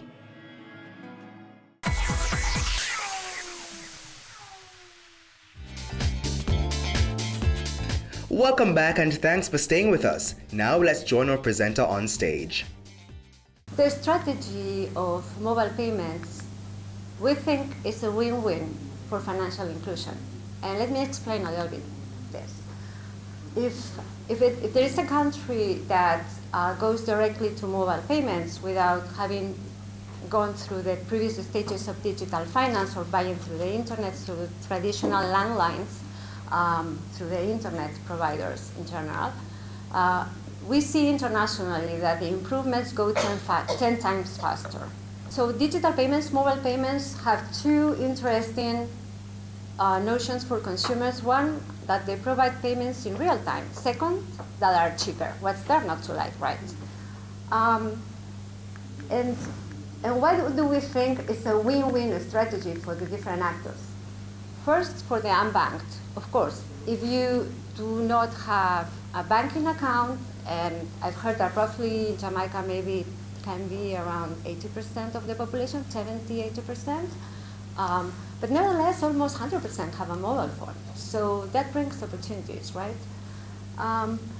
They will see that by starting paying over the phone, they are building a data, and they exist in the virtual economy of financial transactions. So they can be later provided with some insurance or offered some small credit line to buy electronically, and that's what happened precisely in China, where the e-commerce has brought all these payments.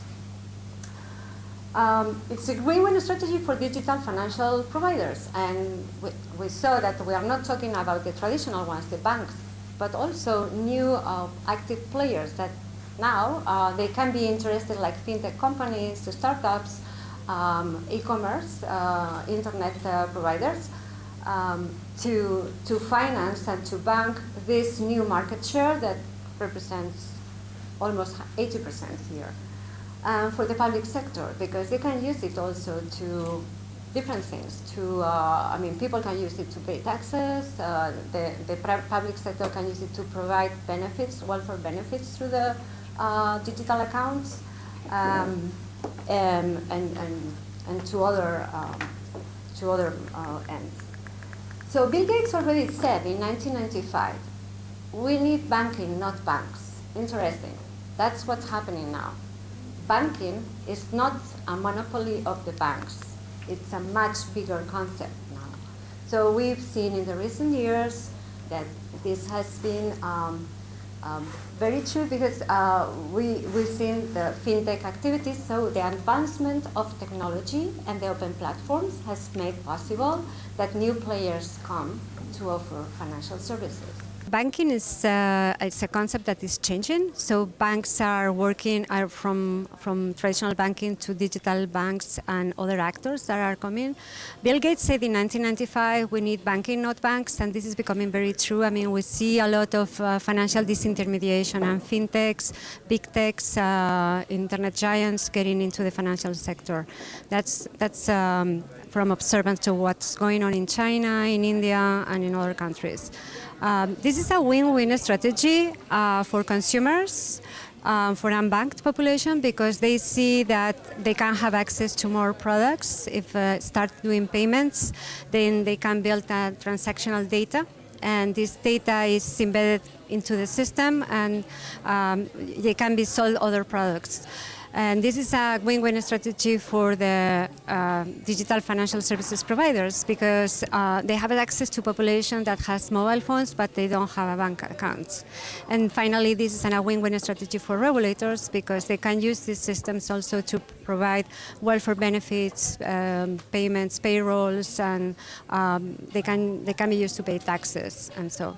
So the traditional concept of banking is changing, and if the countries like Jamaica that didn't have a previous digital strategy that includes using landline services, it is well researched that the countries that go mobile first or mobile only, the improvements are 10 times faster, which is good news also. In terms of safety, it's very important to collaborate with the financial inclusion programs. They collaborate with financial literacy.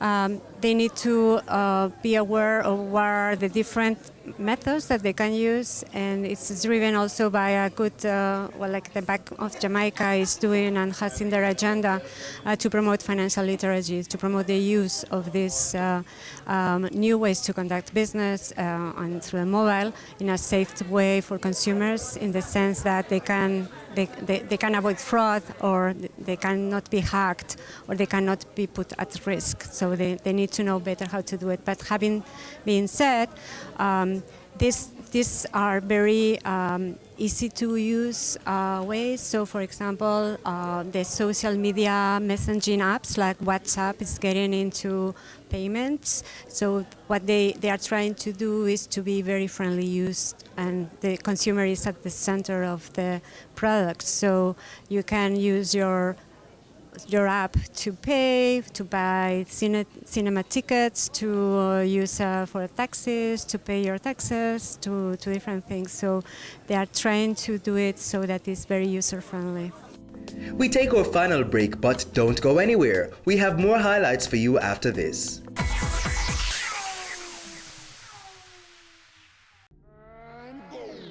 Career Moves has always explored interesting careers, highlighting all you may not have known about them. This season is no different. Coming back to Jamaica, everyone's like, fizzy what? Fizzy who? When you find a bright boy or girl in the class and people say, what are you going to be? The parents say, you have to go be a doctor, you have to go be a lawyer.